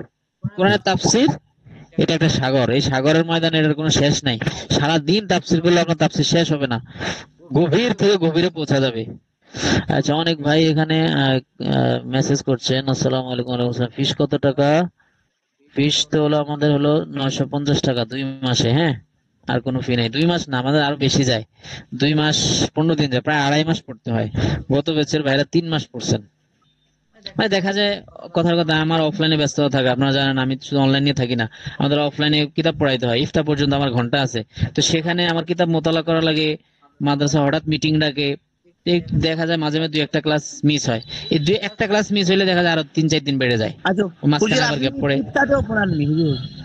হ্যাঁ হ্যাঁ, ইফতাতে পড়াই আমি। তো আমার তো সব হলো ফিকের কিতাব, জানেন। আমার আচ্ছা, মানে হেদায়া তাওরা হাদিসও হেদায়া পড়াননি? রাবে, না দাওরা হাদিস আমাদের এখানে নাই, মেশকাত পর্যন্ত আছে। মেশকাতে হেদায়া রাবে, আচ্ছা আপনার ইফতাতে হুজুর, হলো বহুস ফি কাদায়া ফিকিয়া মুআসসারা, ইফতা আবার কি রকম ভাবে আসো? দেওরাং হাদিস কুদুরি। মানে নাই তো, দেওরাং হাদিস পড়ে তো ইফতা পড়তে হয়। ওটা কেউ যদি মুফতি হইতে চায়, যোগ্য, ফিকা বিষয়ে যোগ্যতা অর্জন করতে চায়, তাহলে সে পড়বে। আরেকজন লিখেছেন লিংক দেন পিডিএফ। পিডিএফ এর এই পিডিএফটা আমি দিয়ে দেবো ইনশাল্লাহ। ওপেন, এটা মনে ওপেন করে দিয়েছি, এটা আবারও ওপেন করে দিব। ওস্তাদ পিডিএফ একটু দিয়ে ইনশাল্লাহ দিয়ে দেবো। এটার কি রেকর্ড ক্লাস পাওয়া যাবে, না হলে পিডিএফ যাবে? ইনশাল্লাহ আমি রেকর্ডটা ওপেন করে দেবো আচ্ছা ফেসবুকে, হুজুর, এটা ওই যে আপলোড দিয়ে দেবো হেদায়া যে ইনশাল্লাহ। কিতাব যেটা নাম হেদায়া, জি, হেদায়া কি? হেদায়াতুন নামাজ যে কিতাব যে, হ্যাঁ হ্যাঁ। এটা এটা এটা কেমন কঠিন? মানে এটা আমি এই বছর পড়বো, মানে তো আমি আলিমানা করছি, মানে অনলাইন কোর্স আরে। তো না না, এই বছর হেদায়েতুন নাহ এটা কঠিন কিতাব না, এটা ইনশাল্লাহ সহজ আছে। এটার সাথে সাথে যদি আর আপনি কুদুরি হেদায়েতুন নাহ কুদুরি কিতাবের সাথে শুনেন, হেদায়েতুন নাহ কিতাবের সাথে যদি আপনি প্র্যাকটিক্যালি ইজরা না করেন, ইজরাও নাহ মিলান, বা আপনি এটাকে প্র্যাকটিক্যালি না খাটান, তাহলে হেদায়েতুন নাহ কিতাব থেকে তেমন ফায়দা নিতে পারবেন না। এটা আমাদের বাস্তব অভিজ্ঞতা। মানে হেদায়েতুন নাহ থেকে আপনি কিতাবী যোগ্যতা নেবেন, কিন্তু ফন্নি যে যোগ্যতাটা, অর্থাৎ আপনি নাহুটা বাস্তবে প্রয়োগ করা, ইবারত পড়া, তার্কিক তর্জমা বোঝা, এগুলো হেদায়েতুন নাহ থেকে নেওয়া অনেক কঠিন। এই আচ্ছা, জন্য এটা পাশাপাশি করতে যদি গেলে মানে আপনি কি করতে লাগবে এটা? হুজুর, পাশাপাশি ইজরাউন নাহ। ওই জি, যে যে আমাকে বললেন যে হেদায়েতুন নাহ থেকে মানে যে ফোন নিতে হবে, ইলমুল বালাগত জানতে হবে, এটা নিতে গেলে মানে কি কি করতে হবে আমাকে? মানে আপনি হেদায়েতুন নাহটা দর্শন ভাবে মনে করেন শেষ করলেন, হ্যাঁ। এখন এটা থেকে পরিপূর্ণ ইস্তেফাদা নেওয়ার জন্য আপনার উচিত হচ্ছে ইজরা করা। ইজরাউন নাহু আছে, মুফতি আজাদ সাহেবের লিখিত বই, বিভিন্ন আমাদের পেইড কোর্স আছে, অনেক জায়গায় আরো অনেকে কোর্স করায়। ইজরা পদ্ধতিতে যে কোর্সগুলো আছে নাহুর, এই কোর্সটা করলে আপনার হেদায়েতুন নাহুর পড়াটা পরিপূর্ণ হবে এবং পরিপূর্ণ ফাওয়ায়েদটা নিতে পারবেন, সেটা আমি বলছিলাম আর কি। শুধু হেদায়েতুন নাহু পড়লে ফায়দা নেওয়াটা কঠিন। ও আচ্ছা, আচ্ছা, আপনি আমরা বলছেন মানে এই যে হেদায়েতুন নহর সাথে সাথে আমি যদি এই যে বালাগতের কোর্স বা ওই যে সরফ নহর এগুলো যদি পড়ি তাহলে ভালো হবে, এটা আমি রাখতে পারেন ইনশাল্লাহ, পাশাপাশি রাখতে পারেন। আচ্ছা ঠিক আছে, মানে আমরা এটা আমাদের পড়লে আজকের ভালো হবে আর কি। আমরা আমরা অতিরিক্ত আর কথা না বলি আপাতত। ওই আমাদের আবার অলরেডি প্রায় আধা ঘন্টার উপরে হয়ে গেছে। হ্যাঁ, আমাদের সিলেবাসটা এখনো বুঝাই দিতে পারি নাই আমাদের সাথীদেরকে। আচ্ছা, বালাগাত তাফসীর করেছে সিলেবাস শুনেন। মোট আমাদের দার্স হবে 30টা। হ্যাঁ, এই যে ধারাবাহিক ভাবে দার্স আছে, এটা প্রয়োজন আমি আপনাদেরকে দিয়ে দেব। আবার হয়তো অনেকে পাননি এটা। এই 30টা দার্সের মধ্যে 3টা পরীক্ষা আছে।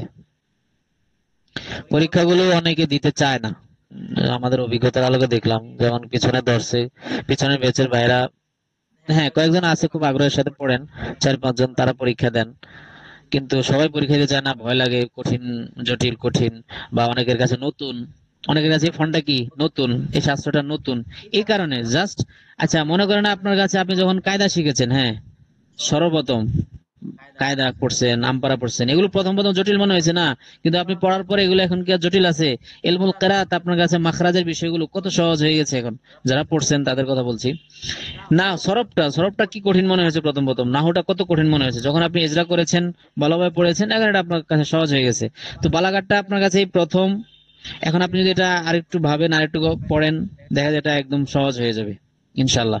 তো এই জন্য ভয়ের কোনো কারণ নাই, পরীক্ষাগুলো ইনশাল্লাহ আপনারা দিবেন। এখানে প্রথম পরীক্ষাটা হচ্ছে 12টা ক্লাস পরে। এই 12টা ক্লাসে আমরা ইলমুল বয়ান শেষ করে ফেলবো। পুরা বালাগাত 3 ভাগে বিভক্ত। পুরা বালাগাত কয় ভাগে বিভক্ত? 3 ভাগে। ভালো করে খেয়াল করেন, এক হচ্ছে ইলমুল বয়ান, দ্বিতীয়ত হচ্ছে ইলমুল বাদি, 3 নম্বর কি ইলমুল মাআনি। এটা ইলমুল মাআনি, 3 নম্বর হচ্ছে ইলমুল মাআনি। তাহলে আমরা প্রথমে 12টা ক্লাসে ইলমুল বয়ান শেষ করে দেব। এই 12টা ক্লাস শেষে একটা পরীক্ষা হবে শুক্রবার, হ্যাঁ, ইলমুল বয়ানের পরীক্ষা। আপনি পরীক্ষা দেওয়ার মন মানসিকতায় প্রস্তুতি নেবেন, ওইভাবে পড়বেন। প্রত্যেক ক্লাসের পর একটা একটা গ্যাপ আছে, যেহেতু সপ্তাহে 3 দিন ক্লাস, সেখানে একদিন একদিন গ্যাপ আছে। এই গ্যাপ গুলোতে আপনি হোমওয়ার্ক গুলো আদায় করে নেবেন, তাহলে ফাওয়ায়েদটা হবে। কমপক্ষে আপনি যেহেতু এখানে আসছেন বা ভর্তি হয়েছেন, অনেকে হবেন, তো এই নিয়তে আসতে হবে যে আমি একটা ক্লাসও মিস দিব না, সবগুলো ক্লাস আমি আদায় করে নেব, তাহলে ইনশাল্লাহ এখান থেকে পরিপূর্ণ ফাওয়ায়েদটা নিতে পারবো। তারপরে আসেন এলমুল বাদি। এলমুল বাদি খুবই সংক্ষিপ্ত, একেবারে ছোট, মাত্র দেখেন কয়টা ক্লাস, 1 2 3 4 5, 5টা ক্লাস এলমুল বাদি শেষ। এখন এখানে কিন্তু কোনো বিষয় আমরা বাদ দেইনি, খুব ভালোভাবে খেয়াল করবেন। যে বলবেন হুজুর 1 বছরের পড়া আপনি এত সংক্ষেপ 30টা ক্লাসে নিয়ে এসেছেন, তাহলে অনেক কিছু আপনি ছেড়ে দিয়েছেন, অনেক কিছু বাদ দিয়েছেন। না, আপনি বালাগাতুল ওয়াজিহা খোলেন, বালাগাতের সবচেয়ে বড় বড় কিতাব যেগুলো আছে সেই কিতাবগুলো খোলেন, খুলে এবারে আমার এই কোর্সের সাথে মিলান, আমাদের যে পিডিএফ শিটগুলো আছে পিডিএফ শিটগুলোর সাথে মিলান, যে কোন কোন মানে বিষয়বস্তুটা মওজুটা ছুটে গেছে। দেখবেন যে আল্লাহর মধ্যে কোনো মওজু ছুটে যায়নি, বরং আমরা সেখানের তুলনায়, অন্যান্য কিতাবের তুলনায় আমরা এখানে প্রচুর পরিমাণে আয়াত এনেছি, যেটা অন্য কোনো কিতাবে নাই, নাই, একদমই নাই। হ্যাঁ, বাস্তব কথা বলছি। পিছনের এই যে যেমন ইজরাউন নাহুটা যেমন একটা আবিষ্কার, মুফতি আজহার সাহেব হুজুর যেটা যেমন একটা আবিষ্কার, ঠিক ইজরাউল বালাগাত এটা ওনার নতুন একটা আবিষ্কার, বাস্তবের একদম আবিষ্কার। কারণ এই ইজরাউল বালাগাতকে এভাবে ইজরা পদ্ধতিতে ইতিপূর্বে কেউ লেখেনি, আরবিতেও না। আরবিতে যেগুলো আছে ইজরা সিস্টেম মানে তামরিনের পদ্ধতিতে খুবই কম, মানে অল্প কিছু আয়াত আনা হয়েছে, এত বেশি আয়াত আনতে পারেনি কেউ। আমাদের এই মার্কাজের একজন ওস্তাদ এবং মুফতি বড় হুজুর মুফতি আজহার সাহেব, এই দুইজনের সমন্বয়ে ওনারা প্রচুর গবেষণা করে যত আয়াত পাইছেন সবগুলো আয়াত নিয়ে আসার চেষ্টা করছেন। এমন না যে দুই একটা আয়াত দিয়া বাস কায়দাটা বুঝাই দিয়েছেন, বিষয়টা এমন না। বরং এই কায়দার অধীনে কোরআনে যতগুলো আয়াত থাকতে পারে সবগুলো আয়াত নিয়ে এসেছেন। এটা আপনি বিস্তারিত মানে সবগুলো আয়াত বিস্তারিত পাবেন হলো ইজরাউল বালাগাতে। ইনশাআল্লাহ ইজরাউল বালাগাতটা যারা পারি সংগ্রহ করে নেব। আর আমাদের শীটটা তো আছে আলহামদুলিল্লাহ, শীটটা ওটার আলোকেই। আচ্ছা, তো ইলমুল বাদি 5টা ক্লাসে শেষ হয়ে যাবে, তারপরে ইলমুল বাদির পরীক্ষা। 3 নম্বর ইলমুল মাআনি। ইলমুল মাআনি বাকি সবগুলো ক্লাস 18 থেকে নিয়ে একদম 30 পর্যন্ত। দুরুসুল বালাগাত পড়ছেন না যারা আপনারা? কাফিয়াতে দুরুসুল বালাগাত পড়ায়, এরপরে আমাদের মানে আলিমে দুরুসুল বালাগাত সেম পড়াই, ওই পড়াটাই এখানে আসছে। অনেকে আলিমে দুরুসুল বালাগাতের জন্য আমাদের কোর্সে আসে, তারা মূলত এই যে এখান থেকে 18 নং দর্শ থেকে তারা তাদের আলিমের পড়াগুলো নিতে পারবে, 18 নং দর্শ থেকে। হ্যাঁ, আর বাকি যে উপরে যে ইলমুল বয়ান ইলমুল বাদি গেছে সেগুলো দুরুসুল বালাগাতে নাই।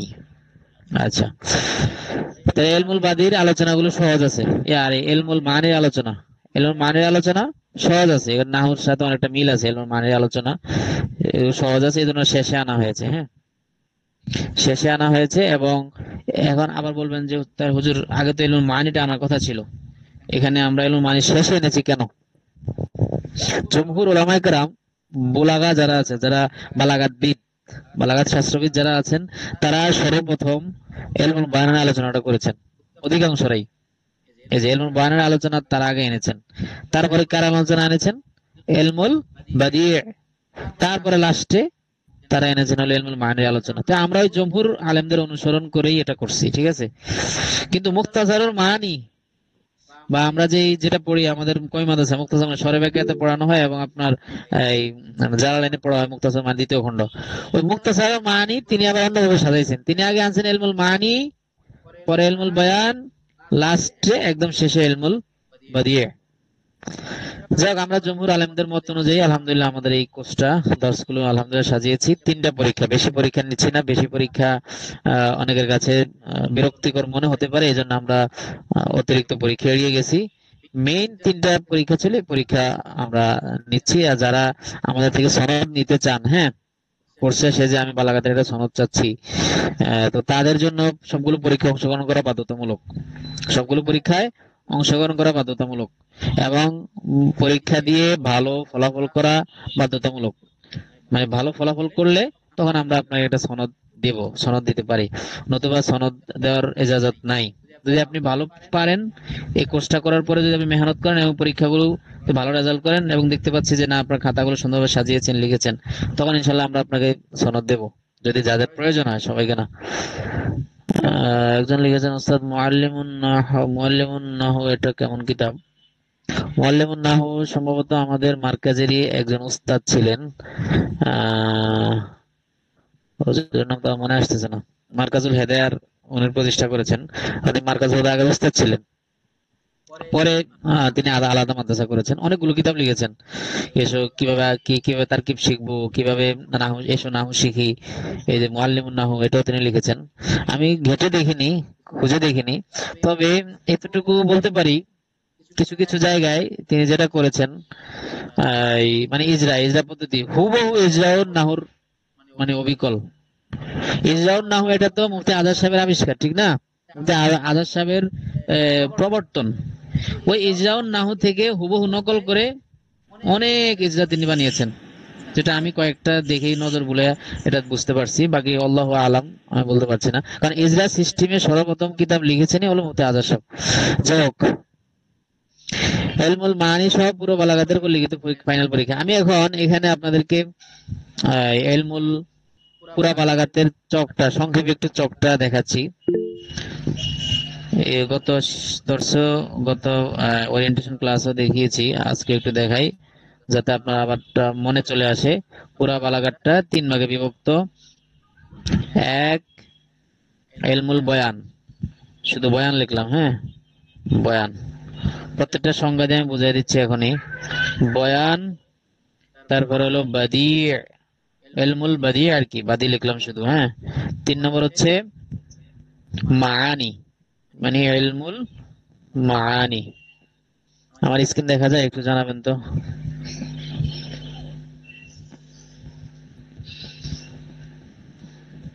লেখা দেখা যাচ্ছে? জি জি দেখুন। আচ্ছা, তাহলে বায়ান, বাদি, মাআনি, এই 3টা পুরো ইলমুল বালাগাতে আপনাকে আলোচনা করা হবে। বয়ান, বয়ান 3 ভাগে বিভক্ত, ইলমুল বয়ান 3 ভাগে বিভক্ত। মানে পুরো বালাগাতটা এই চকের মাঝে শেষ হয়ে যাবে। একটা শীট আছে আমাদের, আমি একটা চক করার কথা ছিল, চকটা এখন আমি মনে হয় অঙ্কন করতে পারিনি, মানে অবসরই পাইনি, যেটা নিয়ে একটু বসবো। কিন্তু ওই আরবদের একটা আছে আমার কাছে, আর ওটা দিয়ে দিয়েছে আমাদের বালাগাত গ্রুপে, চর্চা গ্রুপে, বিগত ব্যাচে। সেখানে এভাবে সুন্দরভাবে সাজানো আছে, তবে ওখানে কিছু কম বেশ আছে, আমাদের সাথে পুরোপুরি মিলে না, কারণ ওখানে অনেক কমতি আছে। মনে করেন আমরা মাজাজে মুরসাল আলাকা পড়ছি 34টি। আমাদের যে মুসান্নিফ যিনি আছেন, আমাদের মুসান্নিফ হচ্ছে মুফতি আজাদ সাহেব, তিনি সব কিতাবাদি ঘাটাঘাটি করে তিনি 34টা আলাকা পেয়েছেন। এটাই ওনার গবেষণালব্ধ বিষয়। কিন্তু অন্যান্য কিতাবে কোথাও 10টা এলাকা, কোথাও 15টা এলাকা, কোথাও 20টা এলাকা, এর বেশি নাই। কিন্তু উনি অনেক কিতাবাদি থেকে এবং কোরআন থেকে বের করেছেন যে 34টা এলাকা পাওয়া যায়। তো আমরা এক কথায় এখানে যে ইসরায়েল বালাঘাটটা পুরোটা গবেষণা ধর্মী একটা বই, এবং আমাদের এই কোর্সটা যে সাজানো হয়েছে এটা পুরোটাই গবেষণা ধর্মী। এজন্য অনেক কিছু ওই যে আরবদের ইয়ার সাথে মিলছে না, কারণ আরবদের যে বইগুলো সেগুলো মানে একটা ফন, একটা শাস্ত্র। সব বইতে দেখা যায় কোনো বইতে কম থাকে, কোনো বইতে বেশি থাকে, দুই একটা প্রকার কম থাকে, দুই একটা প্রকার বেশি থাকে, এটা আপনারা জানেন, না হতেও দেখেছেন। কিছু কিতাবে একটা প্রকার কম থাকে, কোথাও একটা প্রকার বেশি আসে। আচ্ছা, ইলমুল বায়ান 3 ভাগে বিভক্ত। কি কি? তাশবিহ, মাজাজ, কেনায়া। তাশবিহ, মাজাজ, আমার এখানে জায়গা শর্ট, দেখি আমি নতুন একটা স্ক্রিন আনি, আনা যায় কিনা।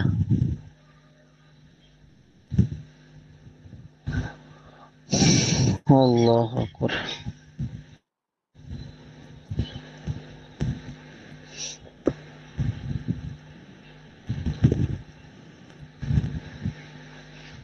আমাদের আর কয় মিনিট আছে এই সেশনে? মনে হয় টাইম বেশি নাই, 11 মিনিট আছে। একজন লিখেছেন পরীক্ষা কি লিখিত নেবেন নাকি মৌখিক? না, পরীক্ষা লিখিত হবে। পরীক্ষা লিখিত হলে আপনাদেরকে প্রশ্ন দিয়ে দেওয়া হবে। হ্যাঁ, প্রশ্ন দিয়ে দেওয়া হবে। আপনারা একদিনের মধ্যে বা একটা নির্দিষ্ট টাইম দিয়ে দেওয়া হবে। এই টাইমের মধ্যে আপনারা এটা লিখে লিখিত আকারে, একদম লিখিত আকারে আমার কাছে আবার জমা দিবেন। মানে কাগজে কলমে লিখবেন, আপনারা সরাসরি লিখবেন। তো কিছু বিষয় আমানতদারিত্বের উপর নির্ভরশীল। আপনি যদি এখানে দেখে দেখে লেখেন সব, তখন তো আমি বলতে পারবো না যে আপনি দেখে লিখছেন না না দেখে লিখছেন। তো কিছু বিষয় আমানতদারিত্বের উপর দিয়ে দেওয়া হয় এবং টাইম বেঁধে দেওয়া হয়। এই টাইমের মধ্যে আপনি লিখে আমাকে আবার একটা পিকচার তুলে আমাকে ইনবক্স করবেন। এটা হচ্ছে পরীক্ষার পদ্ধতি আর কি। আমরা যেভাবে পরীক্ষা নেই, লিখিত পরীক্ষায়। আচ্ছা, আমি একটা স্ক্রিন আনতেছি একটু।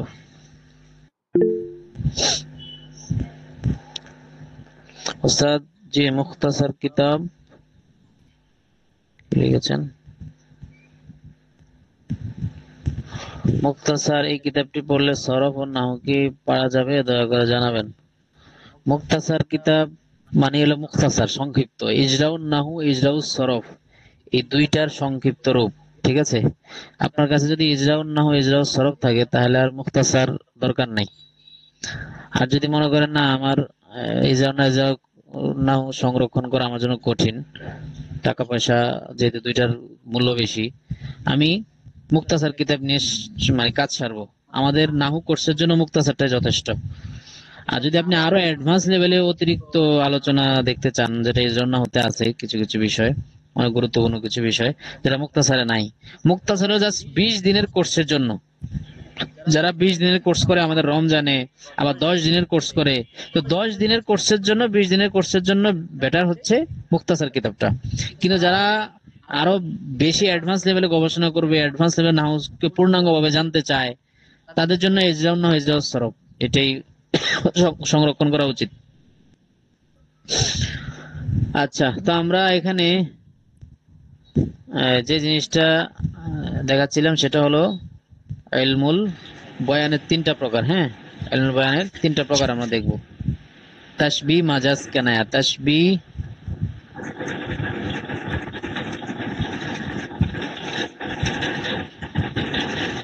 কলমের যে অবস্থা,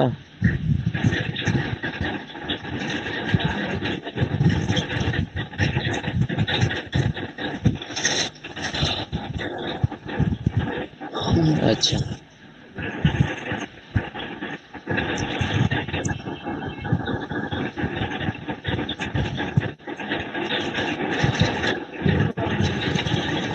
আমি কোথায়?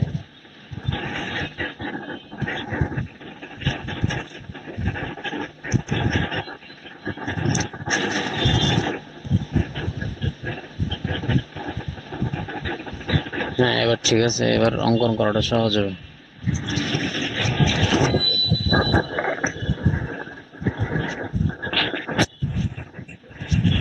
আল্লাহু আকবার। তাহলে আমরা যেটা বললাম যে ইলমুল বয়ান, ইলমুল বদি, ইলমুল মানি, এই 3টা বিষয় খেয়াল রাখবেন। পুরো বালাগাতটা এই 3 ভাগে বিভক্ত হয়। ইলমুল বয়ান, বয়ান, বাদি,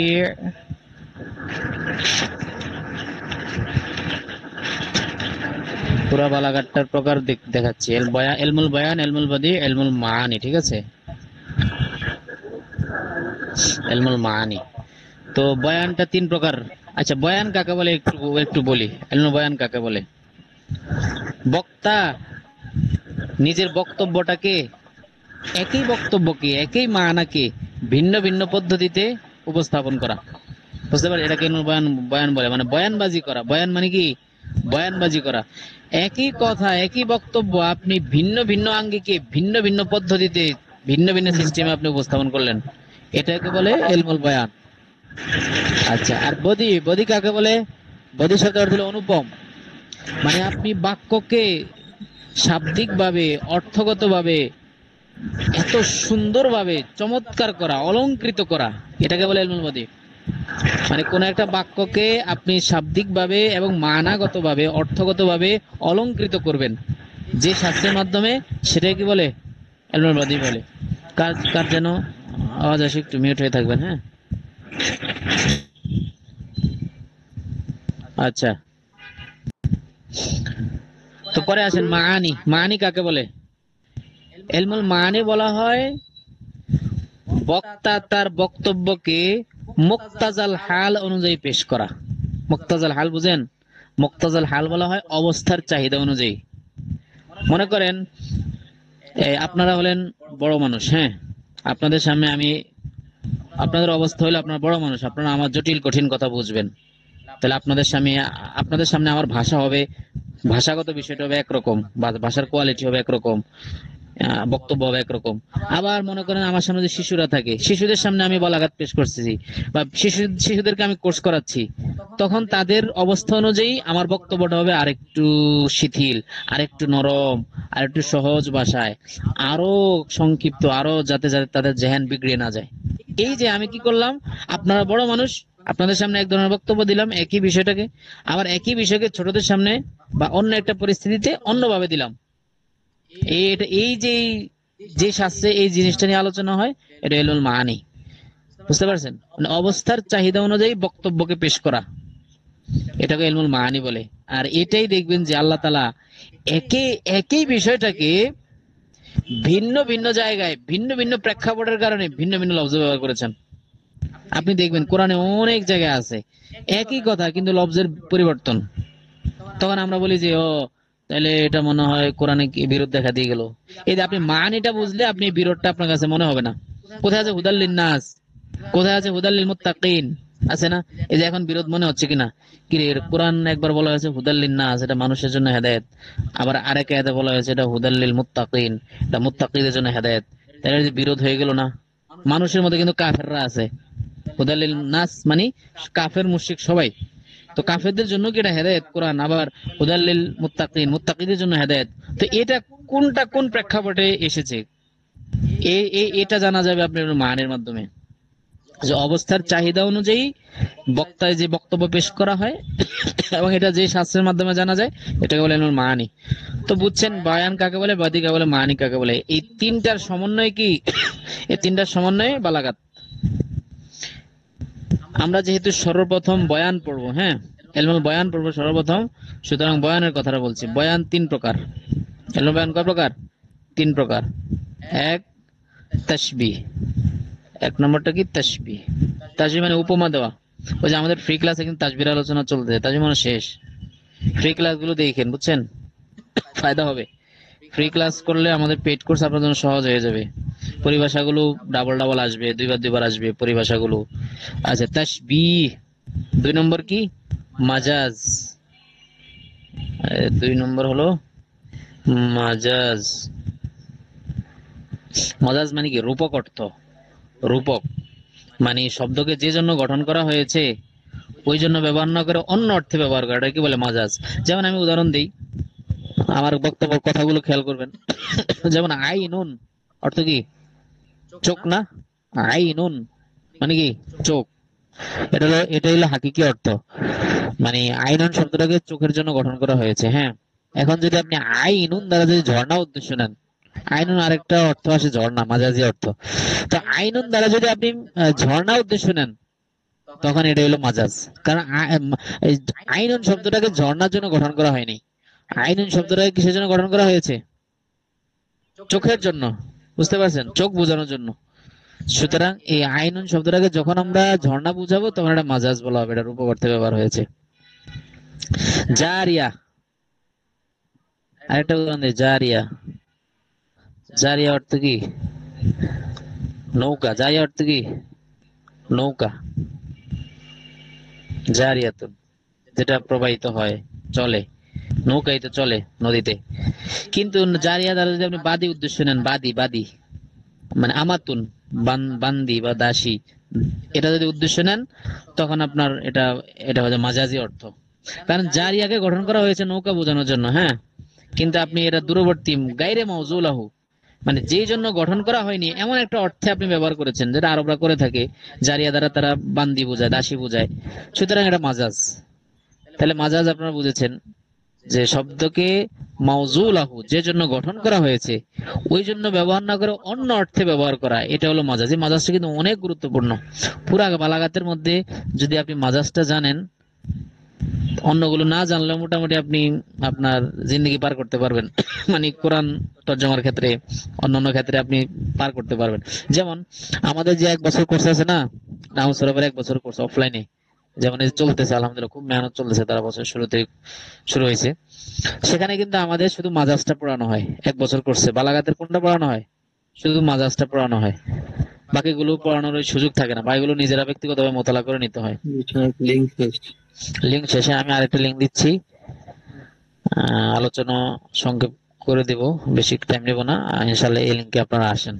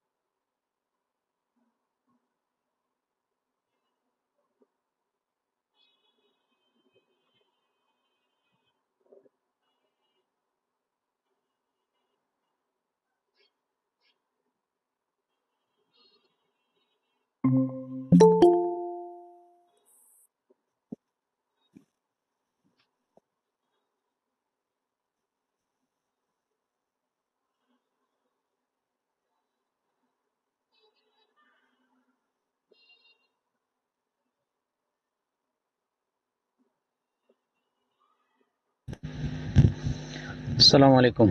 জি,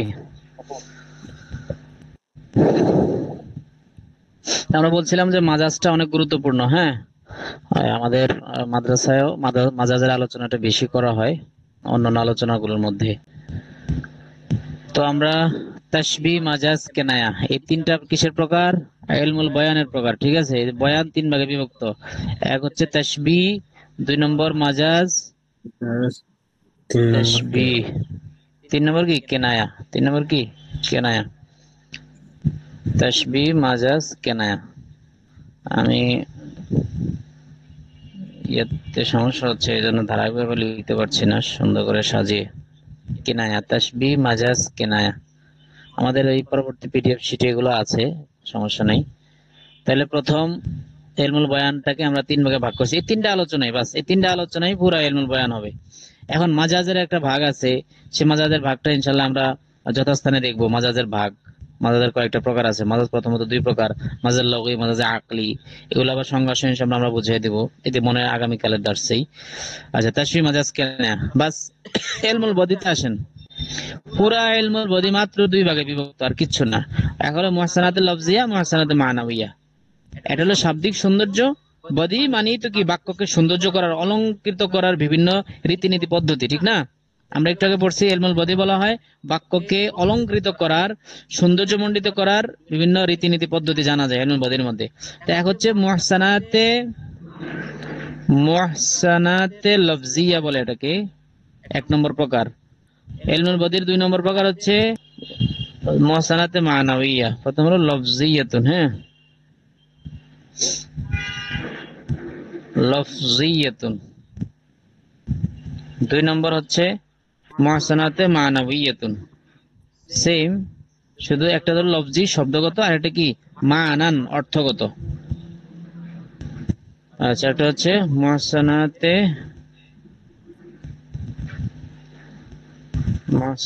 মানাউইয়াতুন। মানাউইয়াতুন। তো লফজিয়ার মধ্যে কি আলোচনা হয়? একটা বাক্যের শব্দগত সৌন্দর্য কোরআনে অনেক ভরপুর। এই যে বাদিটা, ইলমুল বাদিটা জানলে আপনার কাছে এত ভালো লাগবে পবিত্র কোরআনে, যে প্রত্যেকটা শব্দে শব্দে এত ছন্দ মিল, এত অন্ত মিল আছে না। কুল আউযু বিরাব্বিন নাস, মালিকিন নাস, এই যে কুল হুয়াল্লাহু আহাদ, আল্লাহুস সামাদ, এই যে শেষে সবগুলো শেষে কি দাল দাল, কি সুন্দর অন্ত মিল, ছন্দ মিল, ঠিক না? এটা ইলমুল বাদির আলোচনা। মুহসানাতুল লফজের আলোচনাতে এই আলোচনাগুলো আছে, যে শব্দগত সৌন্দর্য। আচ্ছা, তার ফলে অর্থগত সৌন্দর্য আছে কিছু, মানে মানান এত চমৎকার ভাবে বক্তব্যটাকে পেশ করা হবে যে এটার অর্থটা অনেক চমৎকার, মানে চূড়ান্ত পর্যায়ের অলংকৃত করা। এই বাক্যটা চূড়ান্ত পর্যায়ের অলংকার। এটাই মুহসানাতে মানাউইয়া। অনেকগুলো প্রকার আছে, 36টা প্রকার আছে মুহসানাতে মানাউইয়ার, 36টা প্রকার, 37টা প্রকার, বাস। আর মুহসানাতুল লফজিয়ার 10 প্রকার। শেষ, ইলমুল বাদি কিন্তু শেষ। এই মুহসানাতুল লফজিয়ার 10টা প্রকার পড়বেন, মুহসানাতুল মানাউইয়ার 36টা প্রকার পড়বেন। আমাদের পুরা কোর্সে কিন্তু সবগুলো আছে, আমরা কিন্তু কোনোটা স্কিপ করি না। একটা আলোচনা কিন্তু আমাদের স্কিপ করা হয় নাই। মানে আমি বোঝাচ্ছি যে আমাদের যদিও কোর্সটা দেখা যাচ্ছে যে 30 দিনের মাত্র ক্লাস, তাহলে মনে অনেক কিছু স্কিপ করে দেওয়া হয়েছে, অনেক কিছু বাদ দেওয়া হয়েছে পিডিএফ এ। না, কিছু বাদ দেওয়া হয়নি, আলহামদুলিল্লাহ এমনভাবে সাজানো হয়েছে। তো সবগুলো আসছে, ইলমুল বাদের আলোচনা সম্পূর্ণ চলে আসছে। এবারে ইলমুল মাআনি। ইলমুল মাআনি আহওয়ালে মুসনাদ আর আহওয়ালে মুসনাদ ইলাই, আহওয়ালে ইসনাদে খবরে, পুরা ইলমুল মাআনিতে মাত্র 11টা বিষয় আলোচনা হয়েছে। কয়টা বিষয়? 11টা বিষয়, বেশি না। 11টা বিষয় আপনি পড়লে বাস, তাকদিম, তাখির, হযফ, হসর, কসর, এরকম 11টা বিষয় মাত্র আলোচনা হয়েছে। 11টা বিষয় আপনি পড়লে ইলমুল মাআনি শেষ। আমরা 11টা বিষয়ের প্রত্যেকটা বিষয় আমাদের কোর্সে আনা হয়েছে, আলহামদুলিল্লাহ। কোন একটা বিষয় আমরা বাদ দেইনি, স্কিপ করিনি। তো এই ছিল একটা সংক্ষিপ্ত আপনার পরিচয়। পুরা বালাগাত 3 প্রকার, এই 3 প্রকারের সংক্ষিপ্ত পরিচয় দেখালাম, চার্ট দেখালাম। আমরা আজকের দার্সে জাস্ট একটু ফাসাহাত সংক্রান্ত আলোচনা করব। হ্যাঁ, ফাসাহাত সংক্রান্ত আলোচনা করব। ফাসাহাত কি জিনিস, ফাসাহাত কেন প্রয়োজন, বালাগাতের সাথে ফাসাহাতের সংশ্লিষ্টতা কি, ফাসাহাত শব্দের অর্থ কি। ফাসাহাত শব্দের অর্থ হলো সুস্পষ্ট করা, সুস্পষ্ট বিবরণ, কোন জিনিসকে প্রকাশ করা, হ্যাঁ, সুস্পষ্টভাবে প্রকাশ করা, এটাকে বলে বালাগাত, ফাসাহাত, দুঃখিত। এখন বালাগাতের জন্য ফাসাহাত কেন প্রয়োজন? আল কোরআনের প্রত্যেকটা শব্দ, প্রত্যেকটা বাক্য, প্রত্যেকটা কথাই হলো ফাসাহাত পূর্ণ। নবীজি বলেছেন না যে আনা আফসাহুল আরব, আমি আরবদের মধ্যে সবচেয়ে বেশি বিশুদ্ধ ভাষী। আফসাহুল আরব মানে কি, আমি আরবদের মধ্যে সবচেয়ে বেশি বিশুদ্ধ ভাষী। তাহলে পুরা কোরআন আরবি ভাষা, সবগুলো কিন্তু ফসি না।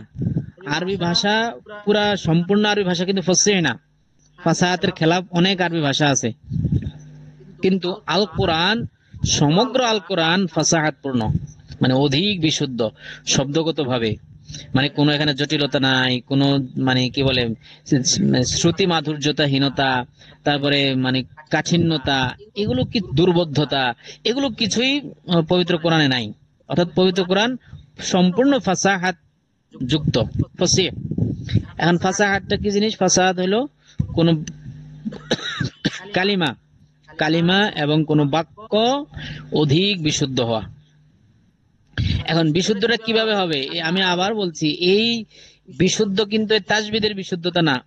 মনে করেন হরফ উচ্চারণ, হরফ, যে কিছু শব্দ আছে না উচ্চারণ করে, আইন, হা, গাইন, খ, কিছু শব্দ উচ্চারণ একটু কঠিন, ওই এই এই কঠিনতা উদ্দেশ্য না, বুঝতে পারছেন? এখানে হলো বিশেষ কিছু দৃষ্টিকোণ থেকে বিশুদ্ধ। যেমন এই যে এখানে আমি আনতেছি স্ক্রিনটা, জিনিসটা আপনার আরো ক্লিয়ার হবে, যেটা আজকে আমরা শুধু ফাসাহাতটাই আলোচনা করবো, আর বেশি কিছু আলোচনা আমরা করবো না। স্ক্রিন দেখা যাচ্ছে? জি দেখা যাচ্ছে। আচ্ছা, স্ক্রিন দেখা যাচ্ছে, আলহামদুলিল্লাহ। এই যে আজকের 1 নং দর্স, ফাসাহাত সংক্রান্ত আলোচনা।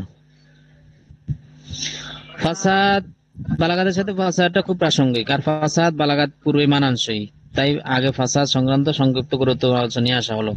কারণ বালাগাত হইলো মানে বাক্য নিয়ে, বক্তব্য নিয়ে, বাক্য নিয়ে, বক্তব্য নিয়ে আলোচনা। আর ফাসাহাত হইলো আপনার এই বাক্যটা শব্দগতভাবে, অর্থগতভাবে বিশুদ্ধ কিনা, সাজানো ঠিক আছে কিনা, নাহাবি কায়দা অনুযায়ী ঠিক আছে কিনা, এটা হচ্ছে ফাসাহাতের দৃষ্টিকোণ থেকে। হ্যাঁ, আমরা কয়েকটা উদাহরণ দেখব। ফাসাহাত কয়েকটা প্রকার হয়, ফাসাহাতে মুফরাদ হয়, ফাসাহাতে কালাম হয়, ফাসাহাতে মুতাকাল্লিম হয়। আচ্ছা,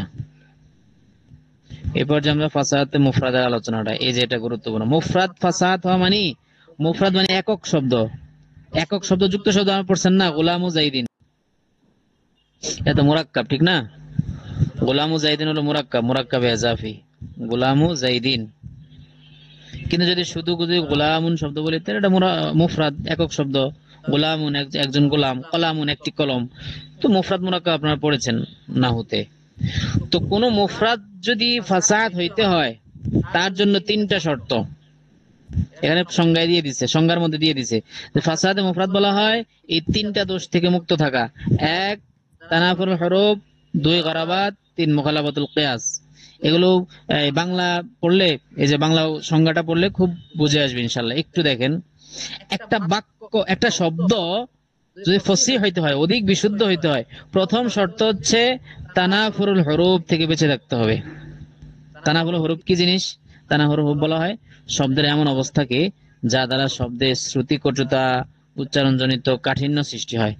যেমন মুস্তাশজিরাত, এই শব্দটা দেখেন উচ্চারণে একটু কাঠিন্য বা একটু শ্রুতি কটুতা সৃষ্টি হয়ে যায়, কিন্তু মুস্তাশজিরাতের পরিবর্তে যদি আপনি কি ব্যবহার করতেন, মুরতাফিউন, এই যে আমি দাগ দিলাম, দেখেন দেখা যায় কিনা, মুরতাফিউন আর মুস্তাশজিরাত, দুইটার অর্থ কিন্তু একই। আপনি কি করছেন, আপনার বক্তব্যে মুরতাফিউন ব্যবহার না করে আপনি কি ব্যবহার করেছেন? মুস্তাশজিরাত ব্যবহার করেছেন। এটাই হচ্ছে আপনার বাক্য, আপনার শব্দটা কি হয় নাই? ফসিহ হয় নাই। এটা কিন্তু ওই যে তাজবিদের বিশুদ্ধতা না, তাজবিদের ফসিহ না। এখানে বুঝতেই পারছেন, মানে ফাসাহাত মুফরাদ হওয়ার জন্য প্রথম শর্ত হচ্ছে তানাফুরুল হরফ, মানে হরফগুলোর যে একটা কাঠিন্যতা সৃষ্টি হয়। যেমন দেখেন বাংলা ভাষায় অদ্ভুত, কিম্বুত, কিমাকার, এই উচ্চারণ করতে কঠিন না? উচ্চারণ করতেই জবান দিয়ে আসতে চায় না। কিছু কিছু বাংলা শব্দ আছে, তো এই কিছু কিছু আরবি শব্দ আছে এরকম, মুস্তাশজিরাত, উচ্চারণে কাঠিন্যতা সৃষ্টি হয়। মানে হরফগুলো এমন ভাবে মিলিত হয়ে আসছে যে উচ্চারণ করাটা কঠিন। তখন এটা এরকম হইলে বাক্য ফসি, শব্দটা ফসি হবে না। প্রথম শর্ত হচ্ছে এরকম অবস্থা থেকে বেঁচে থাকতে হবে।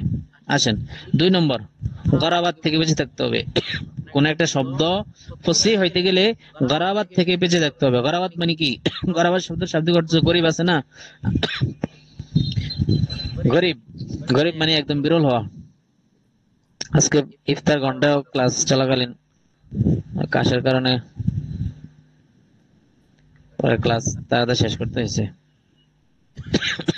আচ্ছা, গরাবাত বলা হয় কালিমাটি এমন হওয়া যা দ্বারা নির্দিষ্ট অর্থের উপর সুনির্দিষ্ট ইঙ্গিত করে না।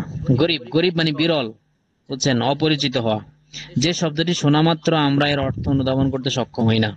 তাছাড়া আরবি ভাষাভাষীদের কাছেও শব্দটি কি নয়, পরিচিত নয়, মানে এক কথায় দুর্বোধ্য শব্দ ব্যবহার করেছেন। বিরল, একবারে রেয়ার, মানে এই শব্দটা প্রচলিত না, অপ্রচলিত, বিরল। এই জিনিসটা হইলে এটাকে গারাবাত বলা হয়। এই গারাবাত হইলে শব্দটা ফসি হবে না। যেমন আমি বলি, যেমন দেখেন তাকা কা, ইজিতামা, এই দুইটা একই অর্থ। হ্যাঁ, তাকা কা আর ইজিতামা একই অর্থ, কিন্তু ইজিতামা শব্দটা দেখেন আমাদের কাছে কি পরিমাণ পরিচিত। ইজিতেমা মানে কি, সবাই একটা জায়গায় এই সংঘবদ্ধ হওয়া, ইজিতেমা মানে সংগঠিত হওয়া। কিন্তু তাকা কা অর্থ আমরা কয়জনে জানি? তাকা কার অর্থ আমরা কিন্তু জানি না। এমনকি এটা আরব ভাষাভাষীদের নিকটে এই তাকা কা শব্দটা কিনা পরিচিত না। সুতরাং কেউ যদি ইজিতামার জায়গায় তাকা কা ব্যবহার করে, মানে তার হিসেবে সিনোনিম, মানে মুরাদিফ হিসেবে যদি ব্যবহার করে, তাকা কা ব্যবহার করে, তখন আমরা বলবো এই বাক্যটা ফসি হয় না, এই শব্দটা ফসি হয় নাই, এটা গরাবাত পাওয়া গেছে, এই জন্য এই শব্দটা ফসি না। কিন্তু আল কোরআন কিন্তু এইসব থেকে মুক্ত। আল কোরআন তানাফুরুল কালিমাত থেকে মুক্ত, গরাবাত থেকেও মুক্ত। 3 নম্বর আসেন, মুখালাবাতুল কিয়াস, এটা থেকেও কোরআন মুক্ত। আর এই 3টা থেকে মুক্ত হইলেই এটা শব্দ ফসি হবে। মুখালাবাতুল কিয়াস কাকে বলে?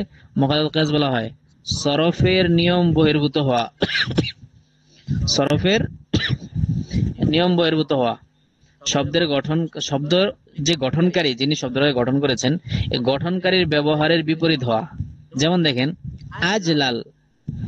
আচ্ছা, আমরা জানি আপনারা তালিল পড়েছেন, যারা সরফ কোর্স করেছেন বা সরফ পড়েছেন। আজলাল, দুইটা লাম একত্রে আসছে, দুইটা লাম এক জাতীয় দুইটা হরফ একত্রে আসলে বলেন তো এটা কি হয়ে যায়?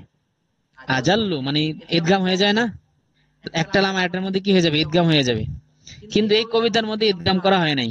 সরফের নিয়ম অনুযায়ী আজলাল শব্দটা হওয়ার কথা ছিল আজাল্লু, কিন্তু কবি কি করেছেন? এই যে কবিতার মধ্যে দেখেন, আলহামদুলিল্লাহিল আলিয়ুল আজলাল আল ওয়াহিদুল ফরদুল কদিমুল আউয়াল।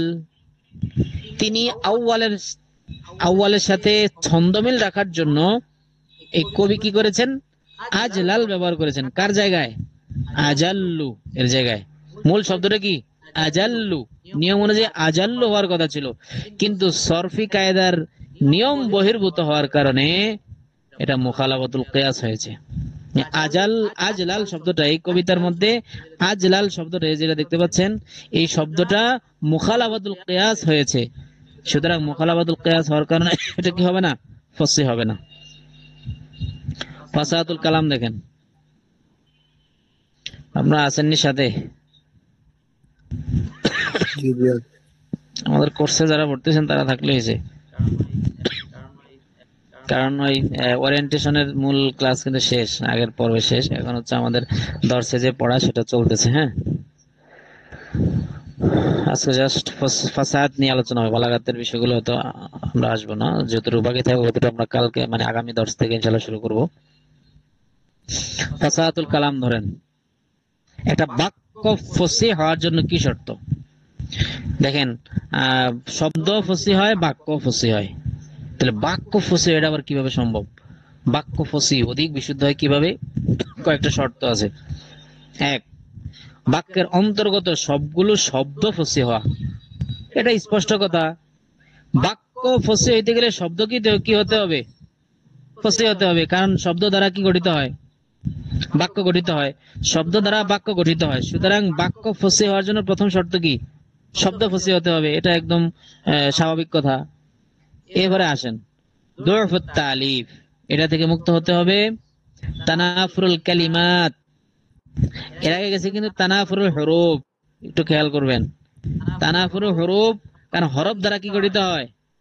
মুফরাদ গঠিত হয়। হরফ দ্বারা কি গঠিত হয়? মুফরাদ শব্দ গঠিত হয়। আর যেটা আমরা এখানে আলোচনা করতেছি হলো ফাসাহাতুল কালামের, কালাম। তো কালাম গঠিত হয় কি দ্বারা? কালিমা দ্বারা। তাহলে এখানে তানাফুরুল কালিমাত থেকে মুক্ত হতে হবে, ঠিক আছে? একটু খেয়াল করলে কিন্তু একদম ইজি। 3 নম্বর, ওই প্রথমটা বাদ দিলে কি 3 নম্বর, তাকিদ থেকে মুক্ত হওয়া। তাকিদ মানে এক ধরনের জটিলতা। তাকিদের লফজে শাব্দিক জটিলতা আছে, তাকিদে মানবী মানে অর্থগত কি আছে, জটিলতা আছে। এখন আসেন, দরফে তালিব কি জিনিস? দরফে তালিব থেকে মুক্ত হতে হবে। বাক্যের গঠন নাহুর প্রসিদ্ধ নিয়মের বিপরীত হওয়া। বাক্যের গঠন নাহুর প্রসিদ্ধ নিয়মের বিপরীত হইলেই এটা দরফে তালিব। তালিব মানে মানে কোন জিনিসকে সংকলন করা, সংযোজন করা, মানে আপনার সংকলনটা দুর্বল, নাহুর নিয়ম অনুযায়ী হয় নাই। আর নাহুর নিয়ম অনুযায়ী হলে এটা দরফে তালিব পাওয়া গেছে। তাহলে আল কোরআনে কিন্তু কোন জায়গাতেই মানে দরফে তালিফ নাই। নাহর প্রসিদ্ধ নিয়ম, কিন্তু নাহর সব নিয়ম না, মানে প্রসিদ্ধ নিয়মের বিপরীত কোন জায়গায় আপনি পাবেন না কোরআনে। তাহলে তো অনেকে যারা আছে ওরিয়েন্টালিস্ট যারা আছে, পশ্চিম মানে পাশ্চাত্যবিদ মুস্তাশরিকিন বলে, এরা তো তাহলে কোরআনের ভুল এই জায়গাগুলোতে অনেক ভুল খোঁজার চেষ্টা করতো, যে কোরআনের এই জায়গায় দরফে তালিফ হয়েছে। আর দরফে তালিফ কিভাবে সম্ভব? আল্লাহ নিজেই তো তালিফ মুআল্লিফ, আল্লাহ তাআলা নিজেই তো শব্দের স্রষ্টা, মানে ভাষার স্রষ্টা। তাহলে আল্লাহ তাআলার ভাষা দরফে তালিফ হবে, এটা অসম্ভব। দরফে তালিফ হচ্ছে বাক্যের গঠন নাহুর প্রসিদ্ধ নিয়মের বিপরীত হওয়া। যেমন নাহুর একটা প্রসিদ্ধ নিয়ম কি জানেন? জমিরে গায়েবের মার্জা কি থাকবে? উচ্চারণেও আগে থাকবে, মর্যাদাও কি থাকবে? আগে থাকবে। উভয় ক্ষেত্রে পরিবর্তন হতে পারবে না। যেমন জরাবা গুলামুহু যাইদান, এই গুলামুহু কার গোলাম? জায়েদের গোলাম। কিন্তু জায়েদের আলোচনা কিন্তু এখানে আগে আছে নাই। গোলামুহু তার গোলাম, তার বলতে কার? পিছনে অবশ্যই কার আলোচনা লাগবে, পিছনে আলোচনা নাই, মার্জা নাই, পুরো মার্জা উল্লেখ নাই। বরং এই যে জাইদান মার্জা পরে আসছে, এটা নাহর নিয়মের বিপরীত হয়েছে। এখানে হু জমিরটা মার্জা হলো জাইদান, অথচ তা উচ্চারণেও পরে, মর্যাদাও পরে। জায়েদ শব্দটা আগে আসেনি, উচ্চারণও আগে আসেনি, মর্যাদা আগে আসেনি। সুতরাং এটা দরফে তালিব হয়ে গেছে। আর দরফে তালিব হওয়ার কারণে এই জরাবা গোলামু জাইদান এই বাক্যটা কিনা ফসিহ না, এই বাক্যটা কিনা ফসিহ না। তানাফুল কালিমাত মানে অনেকগুলো কালিমা একসাথে আসছে, আসার কারণে একটা শ্রুতি মানে উচ্চারণে কঠিন হয়ে গেছে, শ্রুতি মাধুর্যতা নষ্ট হয়ে গেছে, মানে উচ্চারণের মধ্যে সাবলীলতা নষ্ট হয়ে গেছে, উচ্চারণে কঠিন হয়ে গেছে। এটাকে কি বলে? তানাফুরুল কালিমাত বলা হয়। যেমন দেখেন, ওয়াকবরু হারবিন বিমাকানিন কফরু ওয়ালাইসা কুরবা কবরি হারবিন কবরুন। এই যে উদাহরণটা, এই উদাহরণে কোনো শব্দে কিন্তু কোনো সমস্যা নাই, সবগুলো শব্দ কিন্তু ফসিহ। যেমন কবরুন, কবর মানে কবর, এটা ফসিহ শব্দ। হারুন মানে এক ব্যক্তির নাম, হরব এক ব্যক্তির নাম, এটা ফসিহ। বিমাকান ফসিহ শব্দ। কফরুন হলো মরুভূমি, এটাও ফসিহ শব্দ। ওয়ালাইসা কুরবা কবরিন, এটাও ফসিহ। হারবুন কবরুন, মানে এখানে শব্দগত ভাবে কোনো সমস্যা নাই। সমস্যা হয়েছে কি জানেন? এই অনেকগুলো শব্দ একসাথে আসার কারণে, মূলত হলো র কুরবুন, কবরুন, হারবুন, কবরুন। দেখেন বিশেষ করে এই দ্বিতীয় লাইনে এই দাগ দেওয়া আছে এখানে, যে 3-4টা শব্দ একসাথে আসার কারণে এজাফত হয়েছে, আবার একসাথে আসার কারণে উচ্চারণে সাবলীলতা নষ্ট হয়ে গেছে। এটাই তানাফুল কালিমাত। দেখেন উচ্চারণ কেমন লাগে, আপনি উচ্চারণটা করেন তো। ওয়াকবরু হারবিন বিমাকানিন কফরু ওয়ালাইসা কুরবা কবরিন হারবুন কবরু। দেখেন এই জায়গাটা কেমন শুনতে শোনা যায়? ওয়ালাইসা কুরবা কবরিন কবরি হারবিন কবরু। তাহলে সবগুলোতে এখানে র আছে, এখানেও র আছে, এখানেও র আছে, এখানে র আছে, সবগুলোতে র। এই র এর কারণে উচ্চারণটা একটু কাঠিন্যতা হয়ে গেছে, শুনতে কেমন শোনা যায়। এই জন্য এই বাক্যটা কিনা, এই শেরটা, এই কবিতাটা ফসিহ না, এটা তানাফুল কালিমাত পাওয়া গেছে। আর কোন একটা বাক্য ফসিহ হইতে গেলে এই ধরনের সমস্যা থাকতে পারবে না, দোষ থাকতে পারবে না। আল কোরআন এগুলো থেকে সম্পূর্ণ মুক্ত। আচ্ছা, তাকিদের লফজি থেকে মুক্ত হতে হবে। আমাদের 11:06 আছে, 6 মিনিটে শেষ করে দিচ্ছি দেখি। আর কাঙ্ক্ষিত অর্থ প্রকাশের ক্ষেত্রে সুস্পষ্ট না হওয়া। কাঙ্ক্ষিত অর্থ প্রকাশের ক্ষেত্রে কি না হওয়া? সুস্পষ্ট না হওয়া। এটা কি বলে? তাকিদ বলে। তাকিদ শব্দের শাব্দিক অর্থ হচ্ছে জটিলতা, মানে জটিলতা থেকে মুক্ত হওয়া। এখন জটিলতা দুই ধরনের হয়, শাব্দিক জটিলতা, এটাকে বলে তাকিদে লফজি, আর কিছু আছে অর্থগত জটিলতা, মানে উদ্দেশ্য বুঝতে কঠিন হয়ে যায়, এটা বলে তাকিদে মানাবী। আচ্ছা, শব্দগত জটিলতা কি? বাক্য বিন্যাসের বেলায় ত্রুটি হওয়া, অর্থাৎ শব্দটি তার স্থান থেকে তাখির তাকদিম হওয়া, উজ্জ হওয়া, জমির ব্যবহার করা, যা বুঝতে বা বোঝাতে, অর্থ বোঝাতে দুর্বোধ্যতা সৃষ্টি করে। বুঝতে পারছেন? মানে বাক্যের যে গঠন আছে না, তারকিব, তারকিব মানে বিন্যাস, তারকিব, এই তারকিবটা আপনি এলোমেলো করছেন, আগেরটা পরে আনছেন, পরেরটা আগে আনছেন, ফেল ফাইল মাফুল এগুলোকে এলোমেলো করে ফেলাইছেন। তো এলোমেলো করার কারণে এখন বুঝতে কি হয়ে যায়, অনেক কঠিন হয়ে যায়। যেমন এই একটা একটা শের দেখেন, এত কঠিন করছে, মূল অর্থ কিছুই বুঝতে পারবে না। ওমা মিসলুহু ফিন্নাস, তার মতো মানুষের মাঝে নেই, ইল্লা মুমাল্লাকান, তবে মুমাল্লাক আছে। মুমাল্লাক মানে যাকে রাজত্ব দেওয়া হয়েছে। আবু উম্মিহি, তার পিতার মা, মানে তার নানা, হাইয়ুন, জীবিত। অথচ উদ্দেশ্য কিন্তু এটা না। আবু ইউকারিবুহু, তার পিতা তার নিকটবর্তী হয়, মানে শাব্দিক অর্থে এরকম, কিন্তু আসলে উদ্দেশ্য এটা না। উদ্দেশ্য কি জানেন? উদ্দেশ্য হলো এই যে এই কথাটা, ওয়ালাইসা মিথলুহু ফিন্নাসি হাইয়ুন, তার মতো মানুষের মাঝে কোনো মানুষ জীবিত নাই, ইউকারিবুহু, যে তার সমকক্ষ হয়। তাহলে মানুষের মাঝে এমন কোন মানুষ জীবিত নেই যে তার, তার মানে ইব্রাহিম, মানে বাদশাহ বা বাদশার ছেলে, ইব্রাহিমের সমকক্ষ হবে।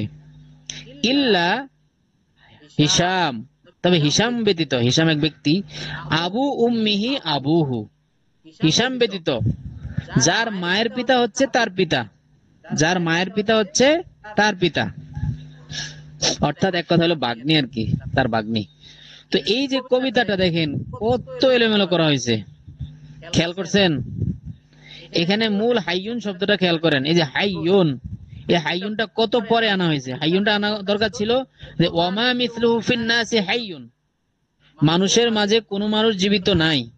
এই যে লাইসা মিসলুহু ফিন্নাসি হাইয়ুন, কিন্তু হাইয়ুনটা কোন জায়গায় আনছে দেখছেন? মানে এটাকে বলে তারকিব, মানে বাক্যের বিন্যাসটা এমন ভাবে করা হয়েছে যে এখন অর্থ অর্থ বুঝতে মানে অনেক কঠিন হয়ে যায়। এটা বলে তাকিদে লফজি, শব্দগত জটিলতা।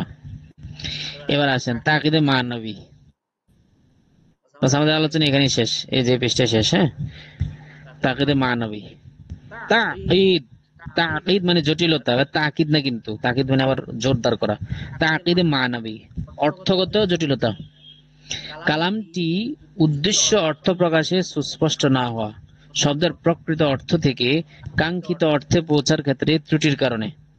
মানে শব্দের যে প্রকৃত অর্থ, এই অর্থ থেকে আমি যে প্রকৃত অর্থে পৌঁছবো, প্রকৃত অর্থটা বুঝবো করব, এটা কঠিন, যাওয়া যায় না, ওই প্রকৃত অর্থের পৌঁছা যায় না। কারণ কি?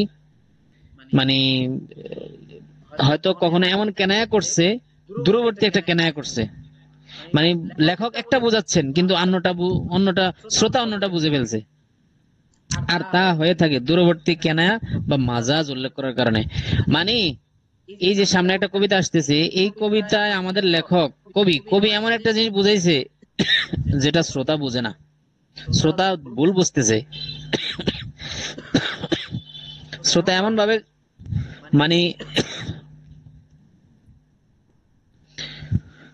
কবি এমন ভাবে ইঙ্গিতটা করছে এই শেরের মধ্যে যে ইঙ্গিতটা শ্রোতা বুঝে আসে না। যেমন আমি অর্থটা করে দেখেন, সাআত লবু বড়দার, সাত মানে আমি তালাশ করব, বড়দার মানে অনেক দূরে, ঘর যাতে অনেক দূরে হয়, আঙ্গুম তোমাদের থেকে যাতে আমার ঘরটা কি হয়, অনেক দূরে হয়। লিতাকরাবু, কেন? যাতে তোমরা নিকটে আসতে পারো। মানে নিকটবর্তী হওয়া মানে উদ্দেশ্য কি জানেন? আপনার বাড়ি যদি অনেক দূরে হয়, আপনার ভাইয়ের বাড়ি, আপনার বোনের বাড়ি অনেক দূরে, অনেক দূরে, তো বেশি দূরে থাকলে কি হয়, অনেকদিন পর সাক্ষাৎ করলে মহব্বতটা বেশি বাড়ে না? এটা স্বাভাবিক।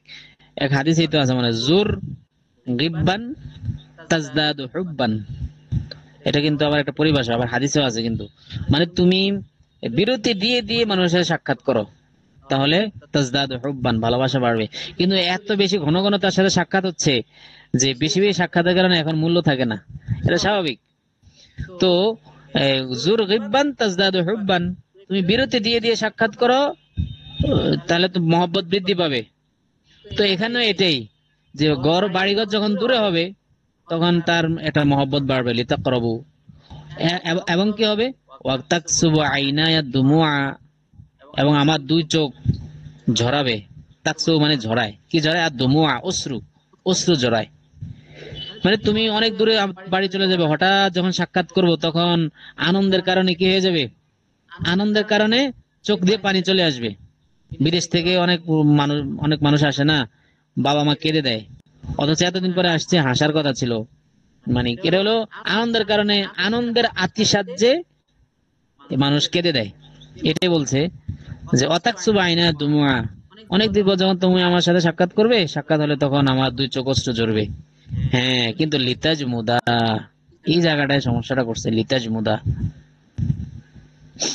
যেন জমাটবদ্ধ হয়ে থাকে, মানে দুই চোখ অশ্রু ঝরাবে আবার জমাটবদ্ধ হয়ে থাকবে, এটা কেমন কথা?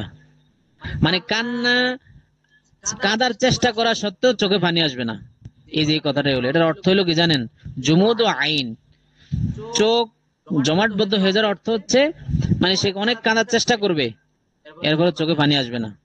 এটা হলো প্রচলিত অর্থ। এই অর্থটা এখানে আমরা গ্রহণ করতেছি না, এবং মুসান্নিফ এটা বুঝায় নাই, লেখক এটা বুঝায় নাই। লেখক কি বুঝাইছে জানেন? লেখক বুঝাইছিল এটা, যে দুঃখের অবসান হওয়া এবং সুখ লাভ করা, মানে অপ্রচলিত অর্থ।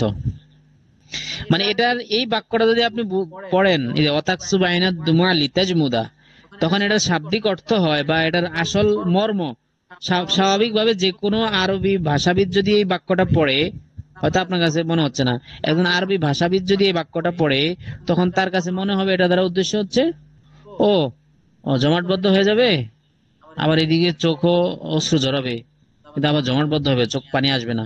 মানে কাঁদার চেষ্টা করা সত্ত্বেও কি চোখে পানি আসবে না। কিন্তু এই অর্থটা এখানে মুসান্নিফ লেখক নেননি। লেখক উদ্দেশ্য নিয়েছেন কি জানেন, দুঃখের অবসান, সুখ লাভ, মানে দূরবর্তী কেনায়া, এটা দূরবর্তী অর্থ।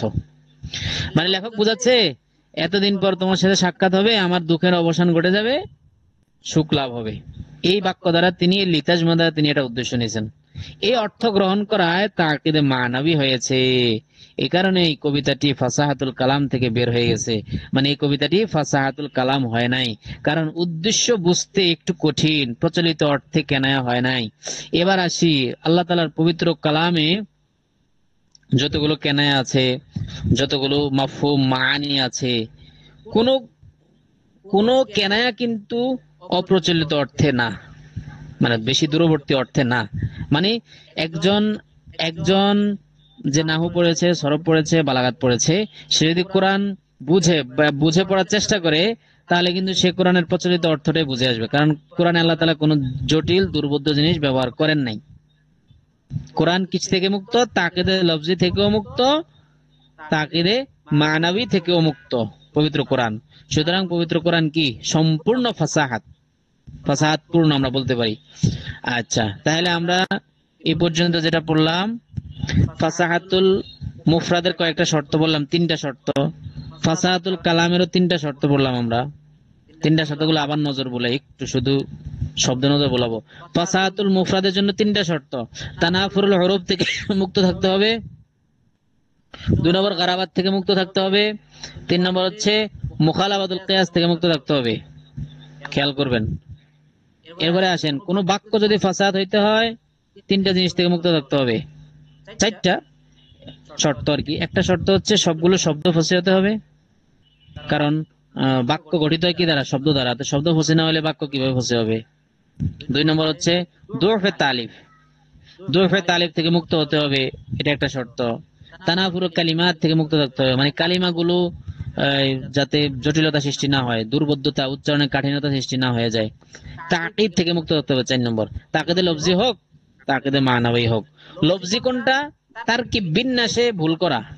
আর মানাবী হলো কালামটি উদ্দেশ্য অর্থ প্রকাশে সুস্পষ্ট না, সঠিক অর্থটা প্রকাশ করতে পারে নাই, এমন ভাবে উল্লেখ করা হয় বাক্যটা যে সঠিক অর্থটা ঠিক মতো পেশ করে না, শ্রোতারা বুঝতে পারে না। এটা হলো তাকিদে মানাবী, এটা থেকে মুক্ত হতে হবে। শেষ আমাদের এই ইলমুল বায়ানের আলোচনা ইনশাআল্লাহ আমরা এখান থেকে কালকে করবো, অল্প কিছু এখানে আছে। আর হচ্ছে ফাসাহাতুল মুতাকাল্লিম, আজকে যেহেতু প্রথম দিন একটু সময় বেশি হয়েছে, আর আমাদের কোন কোন ক্লাস একটু টাইম বেশি নিতে পারে। মনে করেন আমরা যেহেতু 1 ঘন্টা মূল ক্লাস, ঠিক না, 1 ঘন্টা হচ্ছে আমাদের মূল ক্লাস, কখনো কখনো 10 মিনিট 20 মিনিট একটু বেশি হইতে পারে, এটা আপনারা স্বাভাবিকভাবেই নিবেন, কারণ অনেক পড়া অনেক পড়া দেখা যায়। আমরা তারপরে অনেক সংক্ষেপ করার চেষ্টা করি আলোচনা, হ্যাঁ আলোচনা অনেক সংক্ষেপ করার চেষ্টা করি, তবুও অনেক আলোচনা, তো মাঝে মাঝে একটু বিলম্ব হবে, এই বিষয়টা আপনারা খেয়াল রাখবেন আর কি। হ্যাঁ, কিন্তু লাস্টে একটু আছে ফাসাহাতুল মুতাকাল্লিম। ফাসাহাতুল মুতাকাল্লিম হলো বক্তার এমন যোগ্যতাকে বলা হয় যার সাহায্যে সে উদ্দিষ্ট মনে ভাব ও মনের ভাবকে কালামে ফসি দ্বারা প্রকাশ করতে সক্ষম হয়। যার এই যোগ্যতা আছে তাকে কি বলে? ফসিহ বলে। বলে ফসিহ বালিগ। অনেক আলেম আছেন হুয়া ফসিহুন বালিগুন, তিনি ফসি আবার তিনি বালিগ। তো ফসি কাকে বলে? যার মাঝে কোন যোগ্যতা আছে?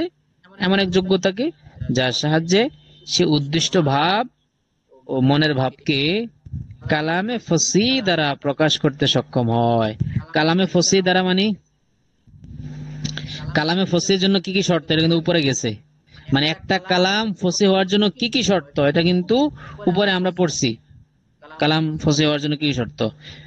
কালাম ফসি হওয়ার প্রথম শর্ত হচ্ছে আপনার শব্দই ফসি হতে হবে। 2 নম্বর দুরফে তালিফ, তানাফুল কালিমাত, 3 নম্বর কি তাকিদ, লফজি মানবী, এগুলো থেকে মুক্ত থাকতে হবে। তো কালামে ফসি দ্বারা যখন একটা লোক সে তার মনের ভাবকে প্রকাশ করবে, তখন তাকে কি বলা হবে? ফসি বলা হয়। এই যোগ্যতা যার মধ্যে থাকবে তাকে ফসি বলা হবে, বা এটাকে বলা হয় ফাসাহাতুল মুতাকাল্লিম, বক্তার ফাসাহাত। বক্তার মাঝে যখন এই যোগ্যতাটা হবে তখন বলা হবে ফাসাহাতুল মুতাকাল্লিম। আল্লাহু আকবার। আলহামদুলিল্লাহ, আমরা মোটামুটি এটা পর্যায়ে পৌঁছেছি আজকের 1 নং দর্সের। যতটুকু বেসিক আলোচনা দরকার ছিল আজকের দর্শে, ফাসাহাত সংক্রান্ত আলোচনা শেষ করার কথা ছিল। আলহামদুলিল্লাহ, আমরা ফাসাহাত সংক্রান্ত আলোচনা শেষ করেছি। কালকে আমি জিজ্ঞেস করতে পারি আপনাদেরকে, কালকে পরের ক্লাসে আর কি, হ্যাঁ, যে ফাসাহাতের জন্য কি কি শর্ত, শর্তগুলো বলেন। এটা কিন্তু অনেক জরুরি। বালাগাতের আগে আমি ফাসাহাত জানতে হবে। ফাসাহাত ছাড়া তো বালাগাত হবেই না। মানে একটা বাক্য যদি ফাসাহাত পূর্ণ না হয়, এটা অটোমেটিক্যালি কি হবে না? বালাগাত পূর্ণ হবে না। সুতরাং ফাসাহাত অনেক জরুরি বালাগাতের আগে, এজন্য আমরা ফাসাহাতের আলোচনাটা আগে নিয়ে আসছি। ঠিক আছে, তাহলে আজকে এই পর্যন্তই। কারো কোনো প্রশ্ন আছে কিনা? আপনারা তো আমাদের কোর্সে অনেকেই, বেশিরভাগই ভর্তিকৃত, নতুন মনে 2-1 জন আছেন যারা ভর্তি হননি। কারো কোনো প্রশ্ন থাকলে করতে পারেন, আলোচনা আমরা এখানে শেষ করে দিচ্ছি।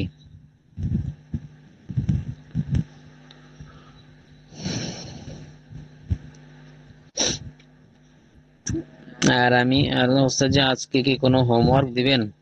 আজকের হোমওয়ার্ক তো থাকার কথা ছিল, দেখি শেষে কি হোমওয়ার্ক। এটাই যে ফাসাহাত, কোন শব্দ এবং কোন বাক্য ফাসাহাত হওয়ার জন্য কি কি শর্ত, এই যে হোমওয়ার্কটা এখানে লেখা আছে। কোন শব্দ বাক্য ফাসাহাত হওয়ার জন্য কি কি শর্ত দেখতে পাচ্ছেন? হ্যাঁ, কোন শব্দ বাক্য ফাসাহাত হওয়ার জন্য কি কি শর্ত, বাস এতটুকু আজকের হোমওয়ার্ক। আর পরের হলো বালাগাত 3 প্রকার বিস্তারিত আলোচনা। এটা যদি আমি আগে করেছি প্রথম সেশনে, এটা আপনারা মোতালা করে নিলে পারবেন ইনশাল্লাহ। বালাগাত 3 প্রকার, এগুলো আমি করছি আলোচনা। আচ্ছা, এটাই হোমওয়ার্ক। কোন শব্দ ফাসাহাত হওয়ার জন্য কি কি শর্ত, কোন বাক্য ফাসাহাত হওয়ার জন্য কি কি শর্ত, এই শর্তগুলো পড়ে আসবেন, কালকে জিজ্ঞেস করতে পারি হয়তো। আর যারা মানে আমাদের বালাগাত করছে 2-1 জন বোন ভর্তি হওয়ার কথা, 2 জন সম্ভবত, না জানি 1 জন, তারা হয়তো মেসেজে জবাব লিখবেন। হ্যাঁ, আর আমাদের বালাগাত চর্চা গ্রুপ আছে, চর্চা গ্রুপের লিঙ্ক আমি আপনাদেরকে দিচ্ছি। ওখানে পাবলিকলি সবাই নাই, হ্যাঁ, ওখানে আমাদের বিগত ব্যাচে সব ভাই বোনেরা আছেন। মানে বিগত ব্যাচে যারা বালাগাত পড়ছেন প্রায় 40-50-এর মতো শিক্ষার্থী। প্রতি ব্যাচেই তো 14-15 জন হইতো, তো আমাদের 3টা ব্যাচ গেছে, 3-15-45, না 3টা ব্যাচ যায়নি তো, 2টা ব্যাচ গেছে আমাদের। এটা আপনাদের 3য় ব্যাচ বালাগাতের, এটা আমাদের 3য় ব্যাচ। তো গত 2 ব্যাচে 15-15-30-40 জন আছে, প্রায় 20 জন করে করে। তো ওই 40 জনের সাথে আপনাদের লিঙ্কটা দিয়ে দিচ্ছে, আপনারা সেখানে জয়েন করবেন। ওই গ্রুপে আপনারা চর্চা করেন বালাগাতটা। হ্যাঁ, যে কোনো প্রশ্ন করবেন, আমিও প্রশ্ন করতে পারি মাঝে মাঝে যে ফাসাহাতের জন্য কি কি শর্ত, বালাগাত কাকে বলে, বালাগাত কয় প্রকার, এগুলো আপনারা আবার লিখে জবাব দিয়ে দিবেন, যারা বয়েসে পারেন বয়েসে জবাব দিয়ে দিবেন। আর চর্চাটা জারি রাখবেন, আর নিয়মিত ক্লাসে থাকবেন, এটা অবশ্যই। নিয়মিত ক্লাসে না থাকলে কিন্তু ফায়দা হবে না। আমি কিন্তু চাইলে কি করতে পারতাম জানেন, আমারও তো কষ্ট আছে যে ক্লাস করাচ্ছি যে, জানেন যে যে আমার অনেক ব্যস্ততা, অসুস্থতা সব মিলে ছিল, তারপর ক্লাস করাচ্ছি। কিন্তু আমি চাইলে রেকর্ড ভিডিও দিয়ে করানো যায়, রেকর্ড ভিডিও যদি বিক্রি করি, আচ্ছা যেখানে ফুল পেমেন্ট না নিয়ে যদি আমি অর্ধেক নেই বা 3 ভাগের 1 ভাগ নেই, সমস্যা কি, আমার কোনো কষ্ট নাই। রেকর্ড যেগুলো আছে রেকর্ড গুলো সবাই দেখবে শুনবে বাস। তা আমার ইচ্ছা ছিল লাইভ ক্লাসে যে একটা মূল্য, লাইভ ক্লাসে যেমন সরাসরি ওস্তাদের সোহবত নিয়ে সরাসরি প্রশ্ন করে নেওয়া যায়, বা লাইভ ক্লাসের মধ্যে যে একটা তাজাদ্দুদ পাওয়া যায়, হুদুস পাওয়া যায়, যেটা জুমলায় ইসমিয়া তাজাদ্দুদের ফায়দা দেয়, হুদুসের ফায়দা দেয়। তো ওই লাইভ ক্লাসে তাজাদ্দুদ আসে। আর রেকর্ড ক্লাস, এটা রেকর্ড তো রেকর্ডই, এটা স্থায়ী হয়ে গেছে, এটা একদম মানে ভুল হইলে ওখানে ভুলে গেছে, যা গেছে তা এটা স্থায়ী হয়ে গেছে, এটা একদম রেকর্ড হয়ে গেছে। কিন্তু আমরা লাইভ ক্লাস হলো নতুনত্ব জিনিস আসবে, ওস্তাদের এলেম গুলো হয়তো নতুন ভাবে প্রকাশ পাবে, এমন এমন নতুন কথা আসতে পারে যেটা বিগত দর্শে যায় নাই, এটা একদম স্বাভাবিক। আচ্ছা ঠিক আছে, কারো কোনো প্রশ্ন থাকলে করতে পারেন, অনেক টাইম হয়েছে। কারো কোনো কিছু জানার আছে? এখন আছে পিডিএফ টি গ্রুপে দিলে উপকৃত হবো, ঠিক আছে। এটা তো আমাদের 1 নং দর্শ, হ্যাঁ, এটা পেইড কোর্সের। আমি ওই আমাদের যে গ্রুপটা আছে, মেইন গ্রুপ, আপনাদের মেইন গ্রুপে আমি দিয়ে দেবো, যারা ভর্তি হয়েছেন তারা পাবেন আর কি, বা যারা গ্রুপে অ্যাড আছেন তারাই পাবেন। আর যারা ওই ফ্রি ক্লাস থেকে আসছেন, আমার লিঙ্ক, আজকের লিঙ্কটা তো আমি ওইদিকেও দিয়েছি। আসলে যারা আগ্রহী তারা এমনি আসে, তারা মানে পেমেন্ট দিয়েই তারা আসে আসলে ক্লাসগুলোতে। ওই ফ্রি ফ্রি খাওয়াইলেও অনেকে ওনারা সারা জীবনও কোনো কিছু শিখতে পারবে না, যেটা দেখলাম অনেকে শুধু ফ্রি ফ্রি অপেক্ষায় থাকে। ওনাদেরকে যদি আমি ফ্রি ক্লাসে যোগ করাই না, এরা ফ্রি ক্লাসটা করবে না। টাকা দিয়ে করলে যেমন একটা মূল্য থাকবে, যে আমি এখানে টাকা দিছি, আমি পেমেন্ট করছি, এতগুলো টাকা নষ্ট হবে, আমি কিছু নেই, আমি কিছু একটা অর্জন করি, যাতে আমার টাকাটা বিফলে না যায়। আর ইনশাল্লাহ আপনি যখন কোর্সটা শেষ করবেন, আপনার মনে হবে না আলহামদুলিল্লাহ আমার এত এত কিছু জানছি, এটা তো আমার মনে হয় আরো বেশি টাকা পেমেন্ট দেওয়া দরকার ছিল এই জায়গাতে। এটাই তো আমাদের আসল মূল, এটা কোন আয়াত বোঝা, মর্ম বোঝা। তো যাক, আসলে যারা আহ আগ্রহ আছে তারা এমনিই আসে, টাকা দিয়ে আসে। আর যাদের আগ্রহ নাই ওদেরকে ফ্রি খাওয়াইলেও আসবে না। তা আমি আজকে ফ্রি ক্লাসে কিন্তু এই লিঙ্কটা দিয়েছিলাম। আচ্ছা, যা কারো কোনো প্রশ্ন থাকলে করতে পারেন, আমি যাচ্ছি, হ্যাঁ। সব ভালো থাকবেন, সুস্থ থাকবেন, আমার জন্য দোয়া করবেন, আপনার জন্য দোয়া রইলো। আর দোয়া তো এমনিতে আসবে, কারণ আপনারা এই বালাঘাটটা শেখার জন্য আগ্রহ প্রকাশ করছেন, কোর্সে ভর্তি হয়েছেন, এটার জন্য আপনাদের জন্য খাস করে দোয়া করি। আর আমার কোর্সে যারাই ভর্তি হয় আলহামদুলিল্লাহ, তাদের সকলের জন্য আমি দোয়া করি বিশেষভাবে, এবং আন্তরিকভাবে দোয়া করি, মানে বাস্তবে দোয়া করি যে আল্লাহ ওনারা আমার কোর্সে ভর্তি হয়েছে অনেক মহব্বত নিয়ে, অনেক আশা নিয়ে, যে এলএম শিখবে, কিছু শিখবে। অনলাইনে তো অনেক কিছুই শেখা হয় না, টাইম নষ্ট হয়। তারা আগ্রহের সাথে এলএম শিখতে আসে, আপনি তাদেরকে তাদের যে নেক মাকসাদ, নেক উদ্দেশ্য, সেটা দিয়ে দেন। এই দোয়াটা আমি করি আর কি সবসময়। আপনাদের জন্য দোয়া রইলো। ঠিক আছে, আজকে আমাদের তাহলে এই পর্যন্তই, হ্যাঁ। আবার ইনশাল্লাহ দেখা হবে এই সোমবার, হালাদে হায়াতে রাখেন, সোমবার দেখা হবে ইনশাল্লাহ। আর কালকে আমাদের এলমুন নাহ শুরু হবে, আপনারা যারা আছেন না হতে আবার দেখা হবে আগামীকাল নাহ প্রথম ক্লাস। ঠিক আছে, ওকে, আসসালামু আলাইকুম ওয়া রাহমাতুল্লাহ।